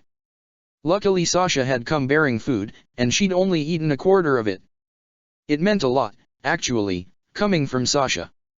She'd been incredibly cheerful throughout her entire visit, avoiding the topic of his accident and running, just babbling senselessly about nothing, and he couldn't help but laugh and smile with her, because even though he felt a little shattered on the inside, she had the ability to solidify him, if not for just a little while.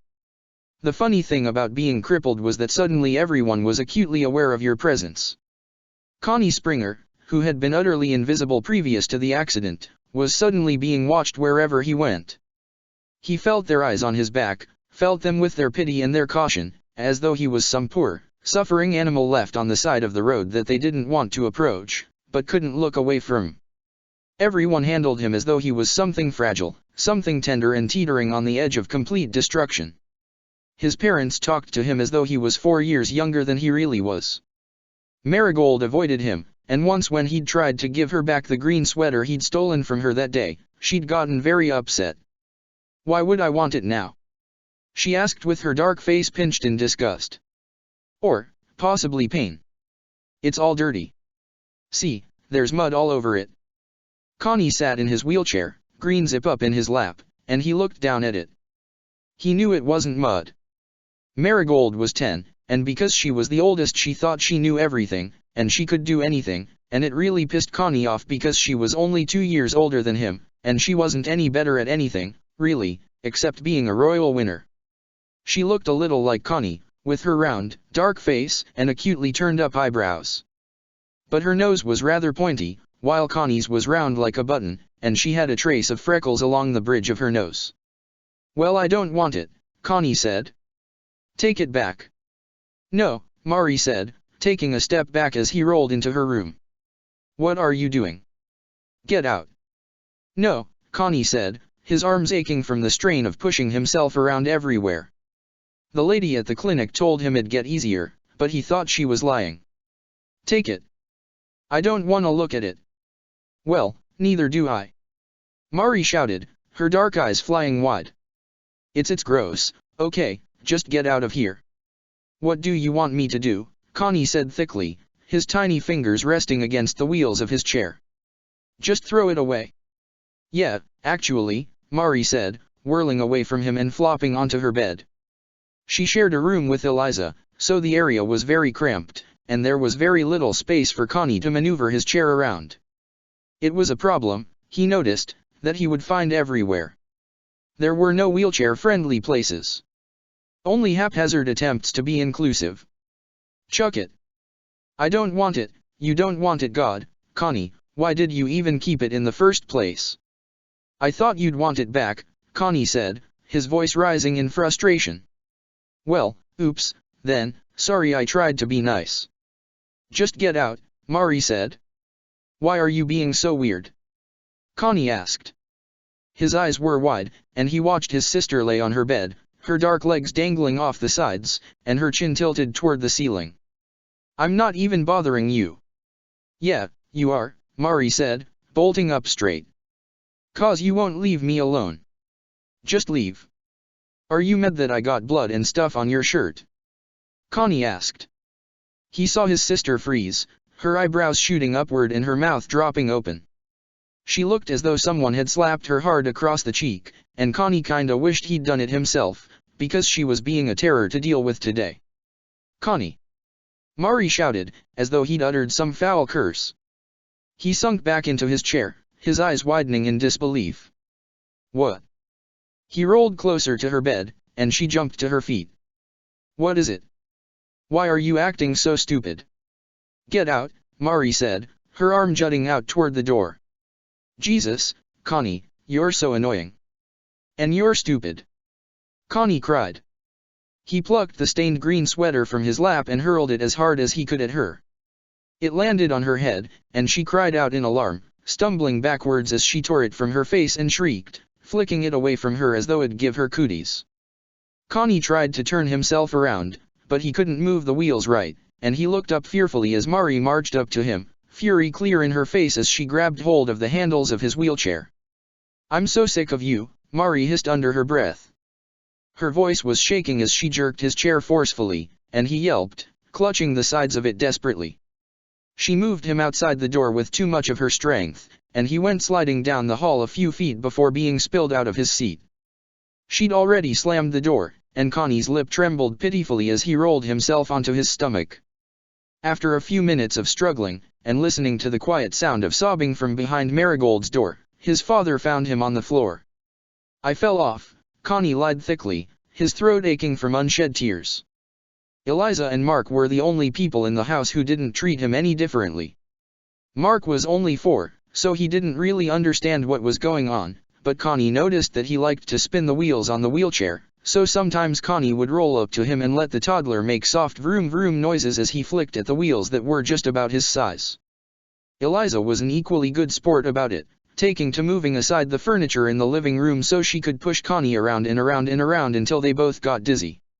Sometimes he'd let her climb on his lap, and he'd spin them both around until she was giggling hysterically, and declaring them adventurers, and it made Connie feel like maybe he could live with this after all, because it made Eliza happy, and that was something that didn't happen often.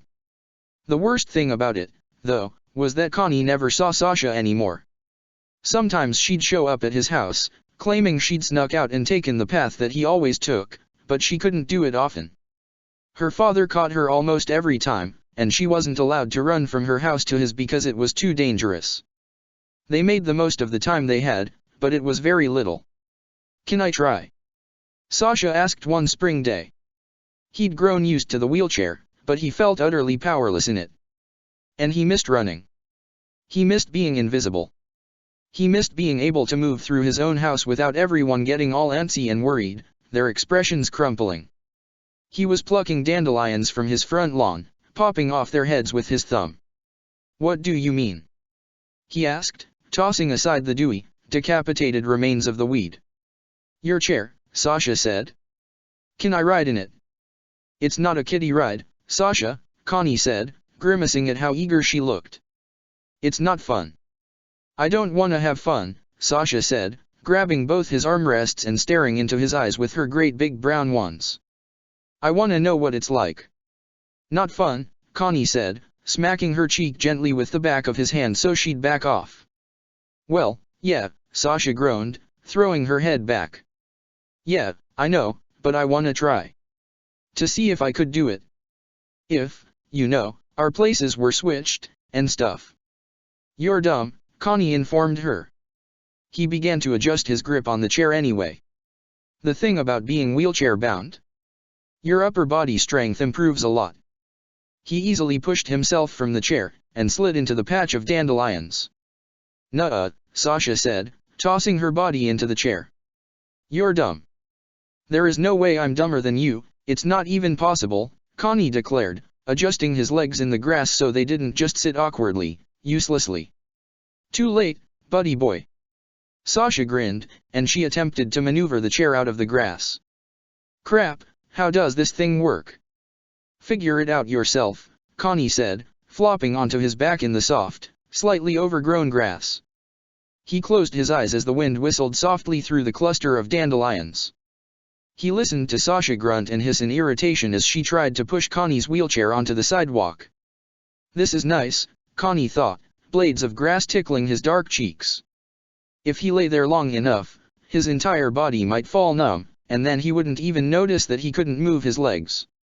It's dumb that it's not always like this. Connie didn't like to complain about his disability. There was no point. There was no rectifying it. There was only acceptance, and he dealt with that with all the blissful ignorance of a 9-year-old. Connie's eyes snapped open.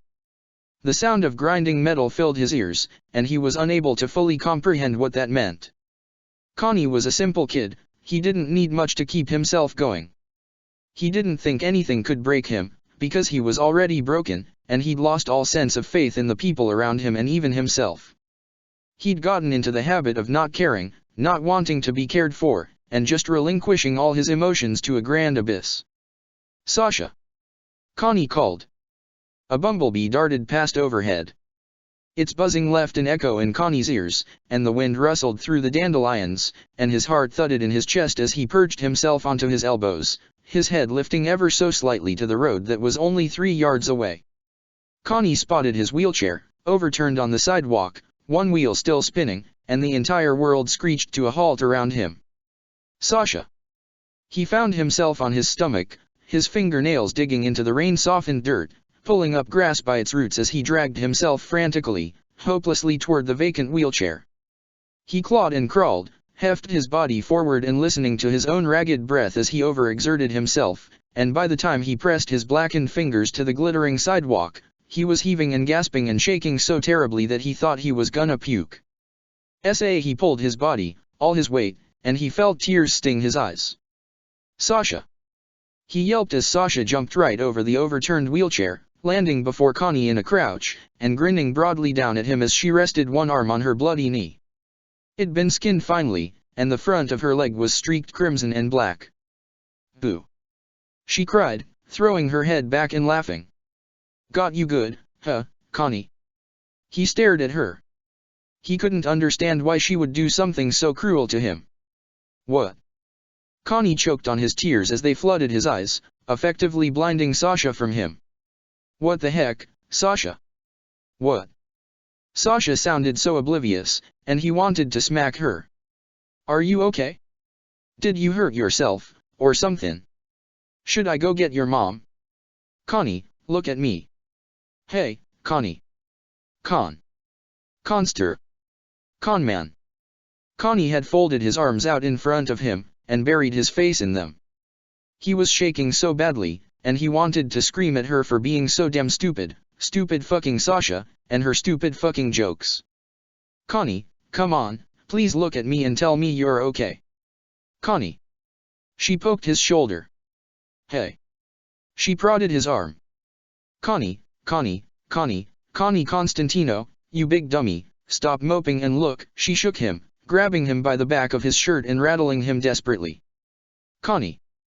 Why? Connie's shoulders hunched as he tried to hold the tears back. But he couldn't. Why would you? I don't get it, why would you do that, why would you pretend to? It was just a joke, Connie. It was terrible. Connie's voice shook as tears glimmered onto his cheeks. You're terrible. You. I'm sorry. Sasha gasped, kneeling down in spite of her bloody knee. I didn't mean to. I only wanted to make you laugh, that's all, Connie, please don't cry. Connie couldn't help it. He'd been trying so hard to keep himself together, but he didn't know how, he didn't understand, and it was unbearable. The world was unbearable. He was living in a world that was moving in fast forward, a breathless blur of color and sound, and he was stuck, trapped, and dying to get free just so he could run and join the rapid movement. Hey. Sasha reached out, her fingers resting on his shoulders. He jerked away from her, smacking her arms away as he struggled to regain his breath. He looked up at her, all gangly limbs and scrapes and toothy smiles, and he just wanted her to look away for 2 damn seconds, just long enough for Connie to stop crying, because he felt like such a baby, and he couldn't stand that Sasha was tougher than him. Can I help you back up on your chair? Connie didn't trust himself to speak. He looked at her, and he shook his head furiously, wiping at his eyes with dirt-caked fingers. Sasha looked at him disbelievingly, and she stood up, giving Connie a nice view of her bloody knee. As she attempted to straighten out the wheelchair, Connie heard the screen door slam from behind him. Connie. It was Mari's voice that drifted from the porch, curious and cautious. At the sound of her voice Connie's eyes filled with fresh tears, and he wanted to scream and run around and kick something, anything, just to get the rage out, but he couldn't. What? Oh my God, Connie. Mari's frantic footsteps were enough for him to know that she was angry. She bent down beside him, grabbing him by the arms and lifting him up ever so slightly to look at his face. He twisted away from her, grimacing in frustration. What are you doing? Connie grumbled, swatting at his elder sister in hopes that she'd release him. Let me go. Connie, look at your hands. Mari gasped, clutching his dirty, scraped-up fingers very tightly. What are you even doing out here by yourself? You know you're not allowed. Shut up.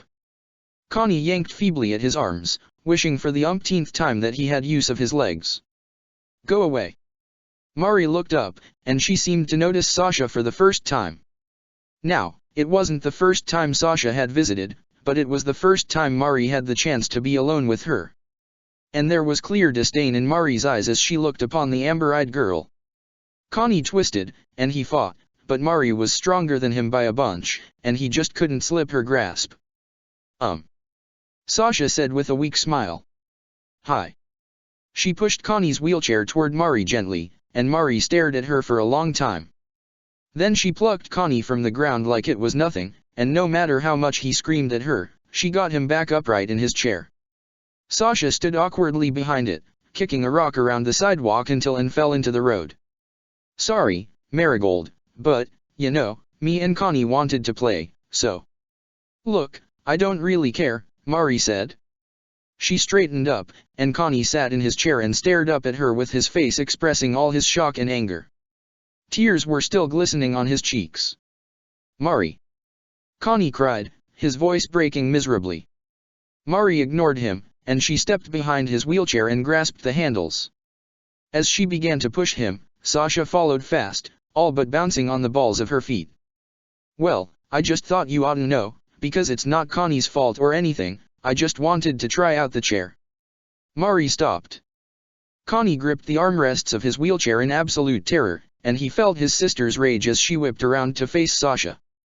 Connie, she said. Go inside. What?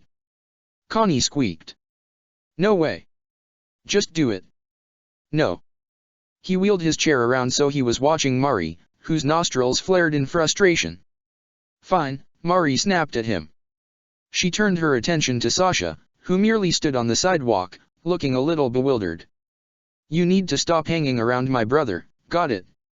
What? Sasha stared at Mari, blinking rapidly. And then she burst into laughter. Connie merely sat, stunned, and speechless. Ha ha, wowie, Mar, that was pretty funny. Gosh, your face is so serious and everything. Do you honestly think I'm joking? Mari's voice heightened so much in pitch that Connie winced.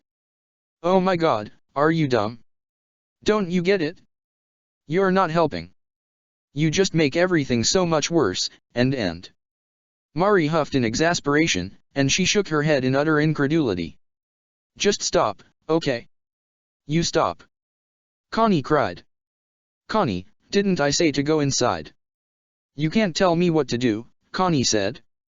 You're not any more grown up than me, you know, so you should stop acting all high and mighty. And stop picking on Sasha. I'm just telling her the truth, Marigold said coolly. Her dark face turned to Connie's, and she raised her chin high. Mom and Dad think so too. They say it's all her fault, you know, and they just don't want to tell you because the situation is delicate. I'm delicate, you mean? Connie thought, his eyes widening in shock. He didn't dare look at Sasha. He couldn't handle her reaction right now. Shut up. Is that all you can say? Mari rounded on him, and Connie flinched. Immediately upon seeing Connie's face, Mari's harsh demeanor seemed to melt. I don't want to talk about this to you, Connie. Please, just go inside. I'm not gonna let you talk to Sasha like that, Connie said, even though he'd been angry at his friend only 5 minutes previous. It's not her fault. None of this has to do with her at all, just why would you even? Just shut up, Mari, you load of crap, you don't know anything, you. Connie. Sasha said. Connie had to force himself to look at her. And for someone who had just been completely chewed out for things she wasn't remotely responsible for, she was doing pretty good. Or at least, at first glance. She smiled at him weakly. It's okay. I need to head home anyways, so. Sasha took a step back onto the road. Bye, then, Connie. Bye, Mari. Connie shouted after her as she ran off, and he sat in his wheelchair, completely struck to silence. Mari stared after Sasha, and she was frowning. She looked down at Connie with a sad, desperate gaze. Connie. Don't talk to me, Connie told her, wheeling himself around. You're so stupid, and I hate you. What? Mari sounded so shocked, and Connie glared ahead of him. You're the stupid one, Connie. I said don't talk to me. Connie cried, wheeling himself up the ramp leading to his porch. After that, it got harder and harder to reach Sasha. She didn't come over anymore. They barely even spoke, and Connie blamed stupid Marigold for being so stupid and nosy, like what a bitch. Connie was left to, well, nothing. He couldn't even stand to look at Mari, who was so self-righteous and stupid, and he didn't want to talk to his parents, who clearly had no understanding of him since they thought that Sasha was the biggest problem in his life. Sasha. Literally the only person in the world who effortlessly got him, like no questions asked, just an easy friendship. Sure, they fought, because Sasha could be insensitive, and Connie could be a brat, but otherwise their friendship was absolutely flawless, and he didn't get why his parents would try to break that up. Why they were succeeding. All he had now were Eliza and Mark, and even they got bored of him. Mark told him that his chair wasn't as fun as the spinny chair in Daddy's office, and Eliza didn't want to sit on his lap anymore, she just wanted to play with her dolls. Connie was getting to the point where he didn't trust himself not to say awful things in front of his parents and older sister, so he just avoided them altogether. One sunny day at the beginning of that summer, Connie decided that he wanted to figure something out. He couldn't run anymore. He couldn't ride a bike. But he could wheel himself pretty well. So, when nobody was keeping tabs on him one humid summer afternoon, Connie set off on the familiar path to Sasha's house.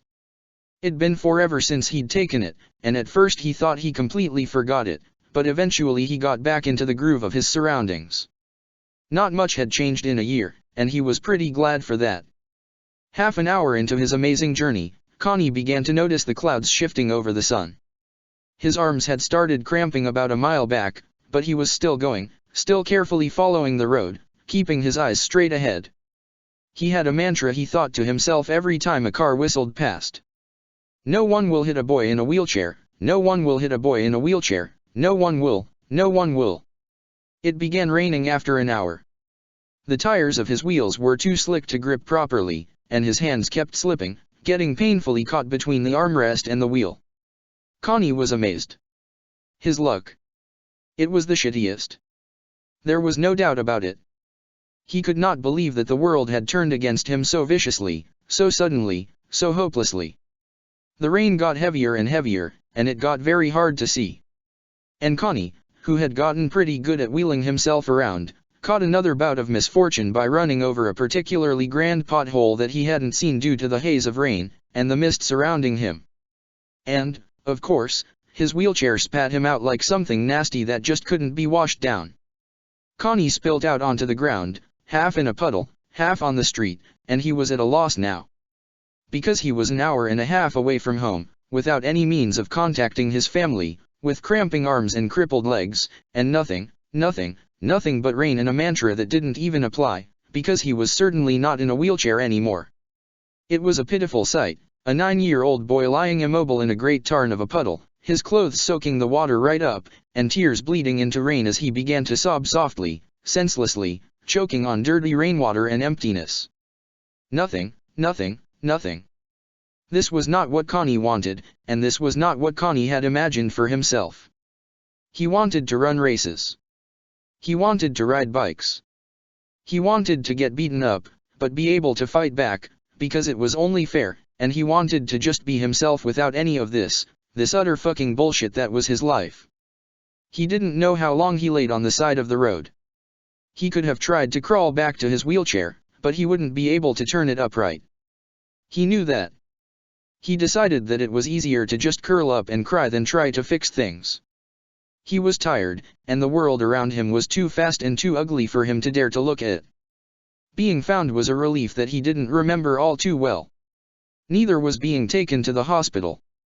He must have passed out, because when he woke up, he was suddenly in a hospital bed, and it was much warmer, and he was wearing different clothes, and there was a stupid needle in his arm again.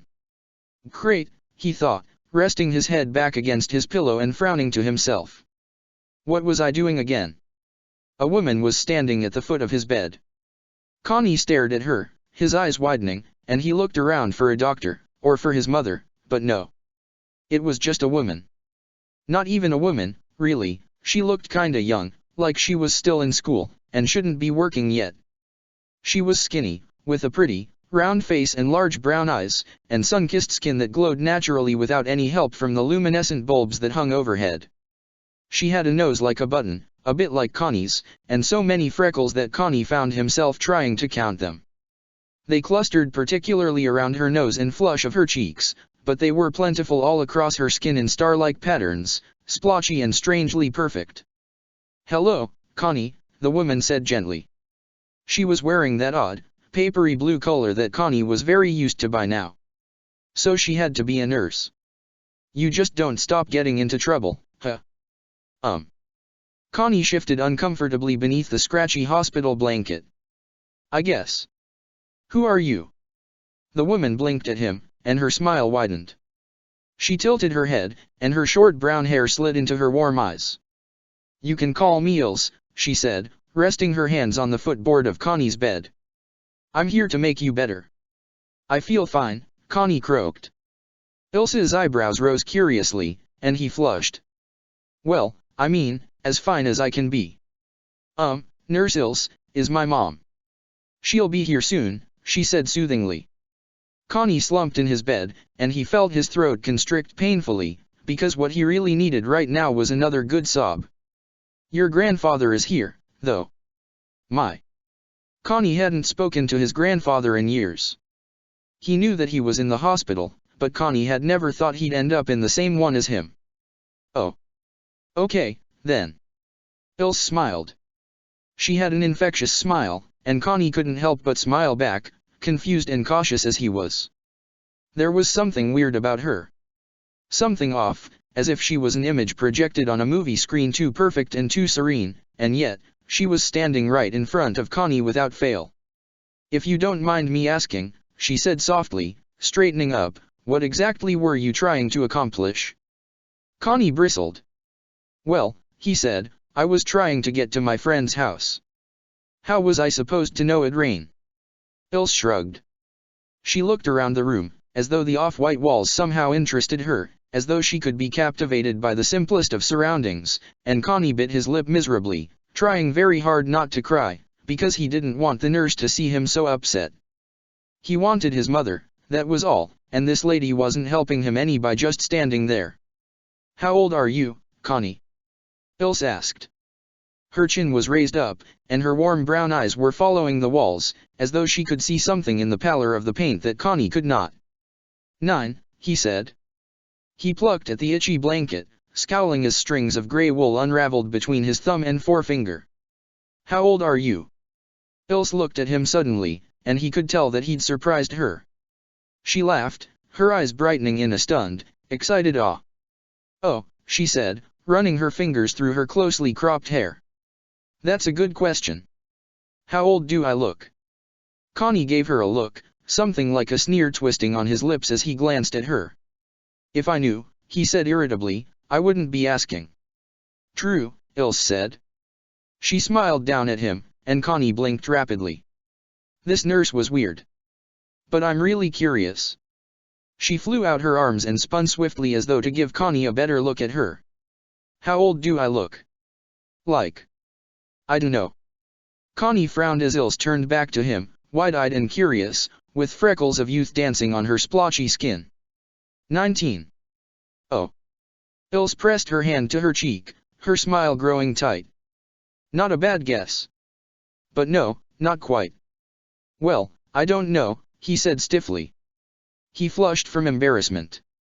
He rested his head back, and stared up at the ceiling glumly. "You said my mom's coming, right?" "Don't worry," Ilse said gently.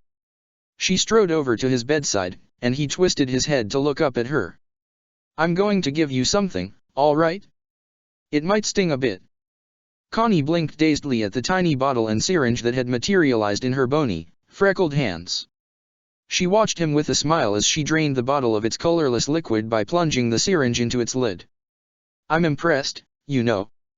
You have a lot of determination, in spite of everything that's happened to you. I think you're a lot stronger than everyone else around here thinks."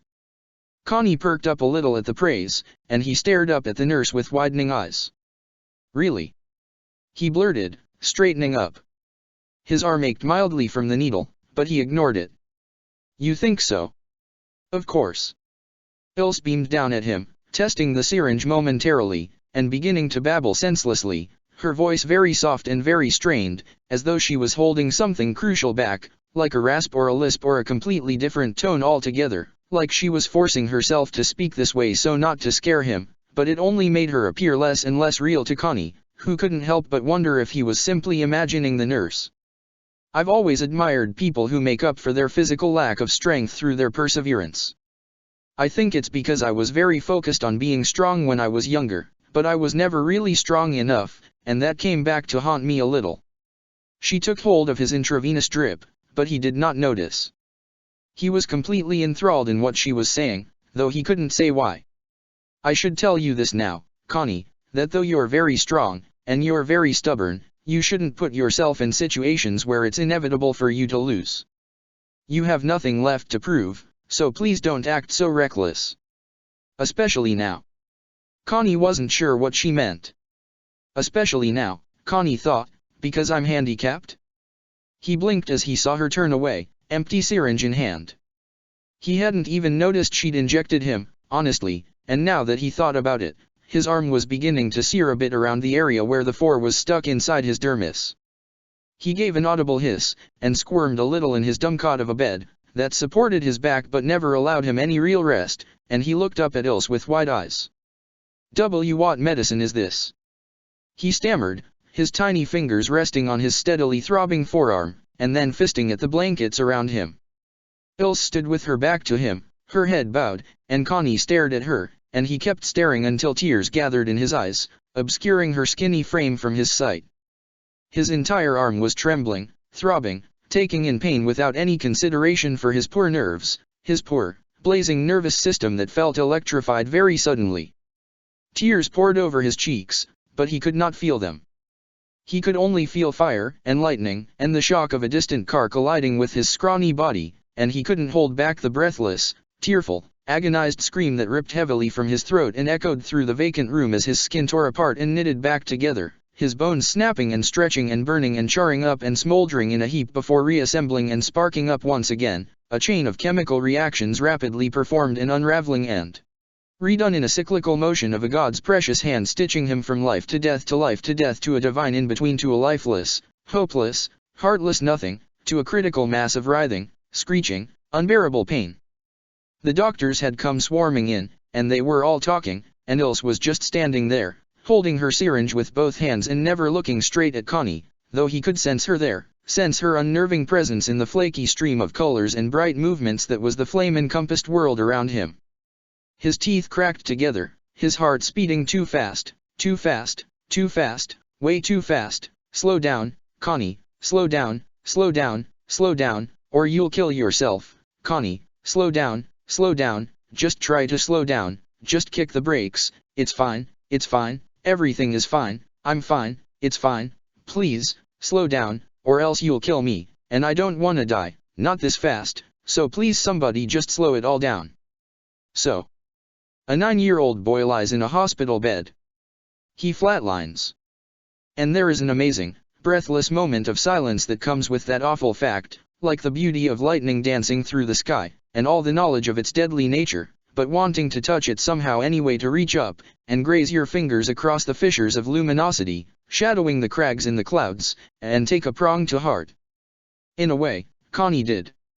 He bolted upright, his heart thundering back into life from a beautiful, terrible shock. The chattering of doctors was nothing but a dull thrum of voices, too low and too slow for him to comprehend. Everything was going slow, all the arms moving around him, supporting him as he sucked greedily at the air, tear tracks licking his cheeks, and he stared straight ahead of him as Ilse stood at his headboard, smiling at him sadly. No one was even sparing her a glance. She, who had done this to him, she who had nearly killed him. I'm sorry, Ilse said in her honey-like voice, with her warm eyes glowing with sympathy, and her skinny, freckled fingers touched her neck, which was darkened by a shadow of a ring, angry, madder red. Connie wanted to lunge at her, to yell and thrash and cry until something made some sense. I'm so sorry for everything, Connie. I'm so sorry. I'm so sorry, so sorry for everything. And, just like the enigmatic driver that had shattered Connie's life a year before, Ilse then disappeared without warning. And Connie was left numb and breathless, trying to understand what had just transpired, because he couldn't have really just died, right? There was no way. He struggled to speak for a few minutes, but when he did, he caught one of the doctors by the sleeve, and he stared up into her eyes and croaked, "Where did she go?" "What?" The doctor blinked down at him in surprise. "Who?" "The nurse," he whispered, his tongue heavy and his throat dry and his eyes watering. "Ilse. The one who was in here just before." "There was no one in here, honey," the doctor said carefully, studying Connie with the same pitying gaze he had grown so used to over the past year. "Wha?" Connie's head was spinning. "And no way. No, she was here. She was definitely here, she was in the room when." The look on the doctor's face caused Connie to cut himself off. She doesn't believe me, Connie thought, stunned. Either that, or Ilse wasn't.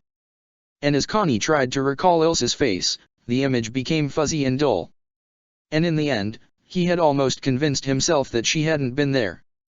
When his mother came, squishing him into a hug and chewing him out for being so stupid, Connie just accepted what the doctors told his mother, that the stress from pushing his wheelchair for miles had done a job on his heart. Connie was a little numb all over, and so he was oblivious to the itch in his toes. He was so oblivious, in fact, that he did not notice until he awoke in the middle of the night, regaining the majority of his senses after some time to heal from whatever had attacked his nervous system earlier in the day. He was sorta like 110% done with everything ever, and at that point he just wanted a good night's sleep. His mother was sleeping in the chair beside his bed, and he listened to her snoring softly. The sounds were long and slow, rumbling in the vacuous silence. Connie grimaced, and he wiggled his toes as he curled onto his side, bringing his blanket up over his head. "I wonder if Sasha knows yet," Connie thought idly as he closed his eyes. They snapped open in shock. He flipped onto his back and tore his blanket away, dropping it in alarm as he stared at his bent legs, his cramping knees, and his wiggling toes.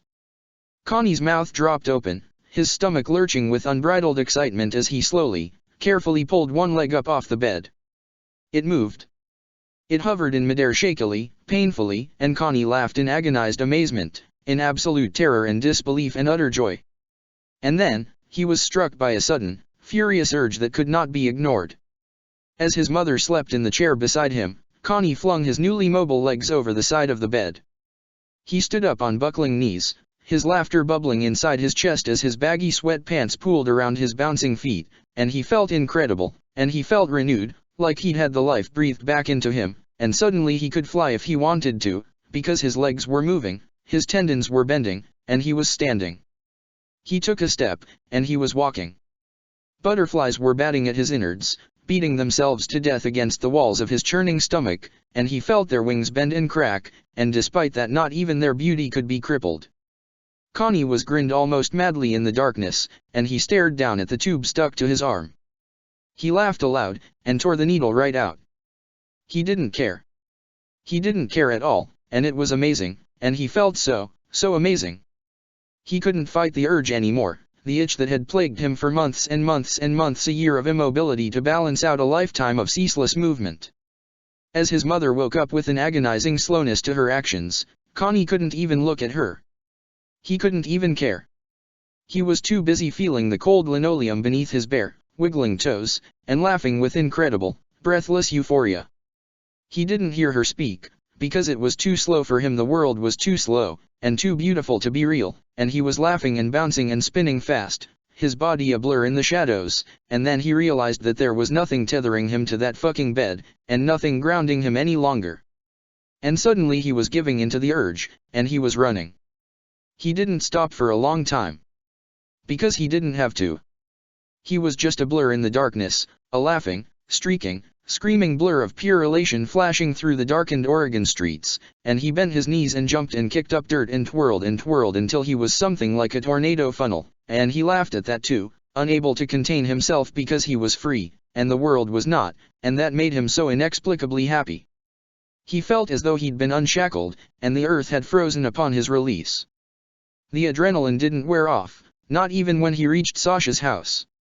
He threw rock upon rock at her window until she appeared, and she stared at him, and she laughed so hard he thought she was gonna fall right out. And then, She seemed to realize that he was standing, that he was barefoot and standing right outside, and she shrieked with excitement. "Connie!" she screamed, all but hanging out her window. "Connie, your legs!" It felt like she was speaking in slow motion, and Connie didn't even care. "I know," he cried, jumping up and down in the soft, freshly trimmed grass. I know." She ended up leaving her room and exiting her house in such a way that immediately upon the slamming of her front door, it was as though all the lights in the house had turned on. But neither Sasha nor Connie cared, because they were both shrieking with delight as she tried to tackle him to the ground, but she was just too slow for him, and suddenly they were chasing each other, kicking and laughing and running, without even daring question the miracle they'd been given. Check the description for the links to the author.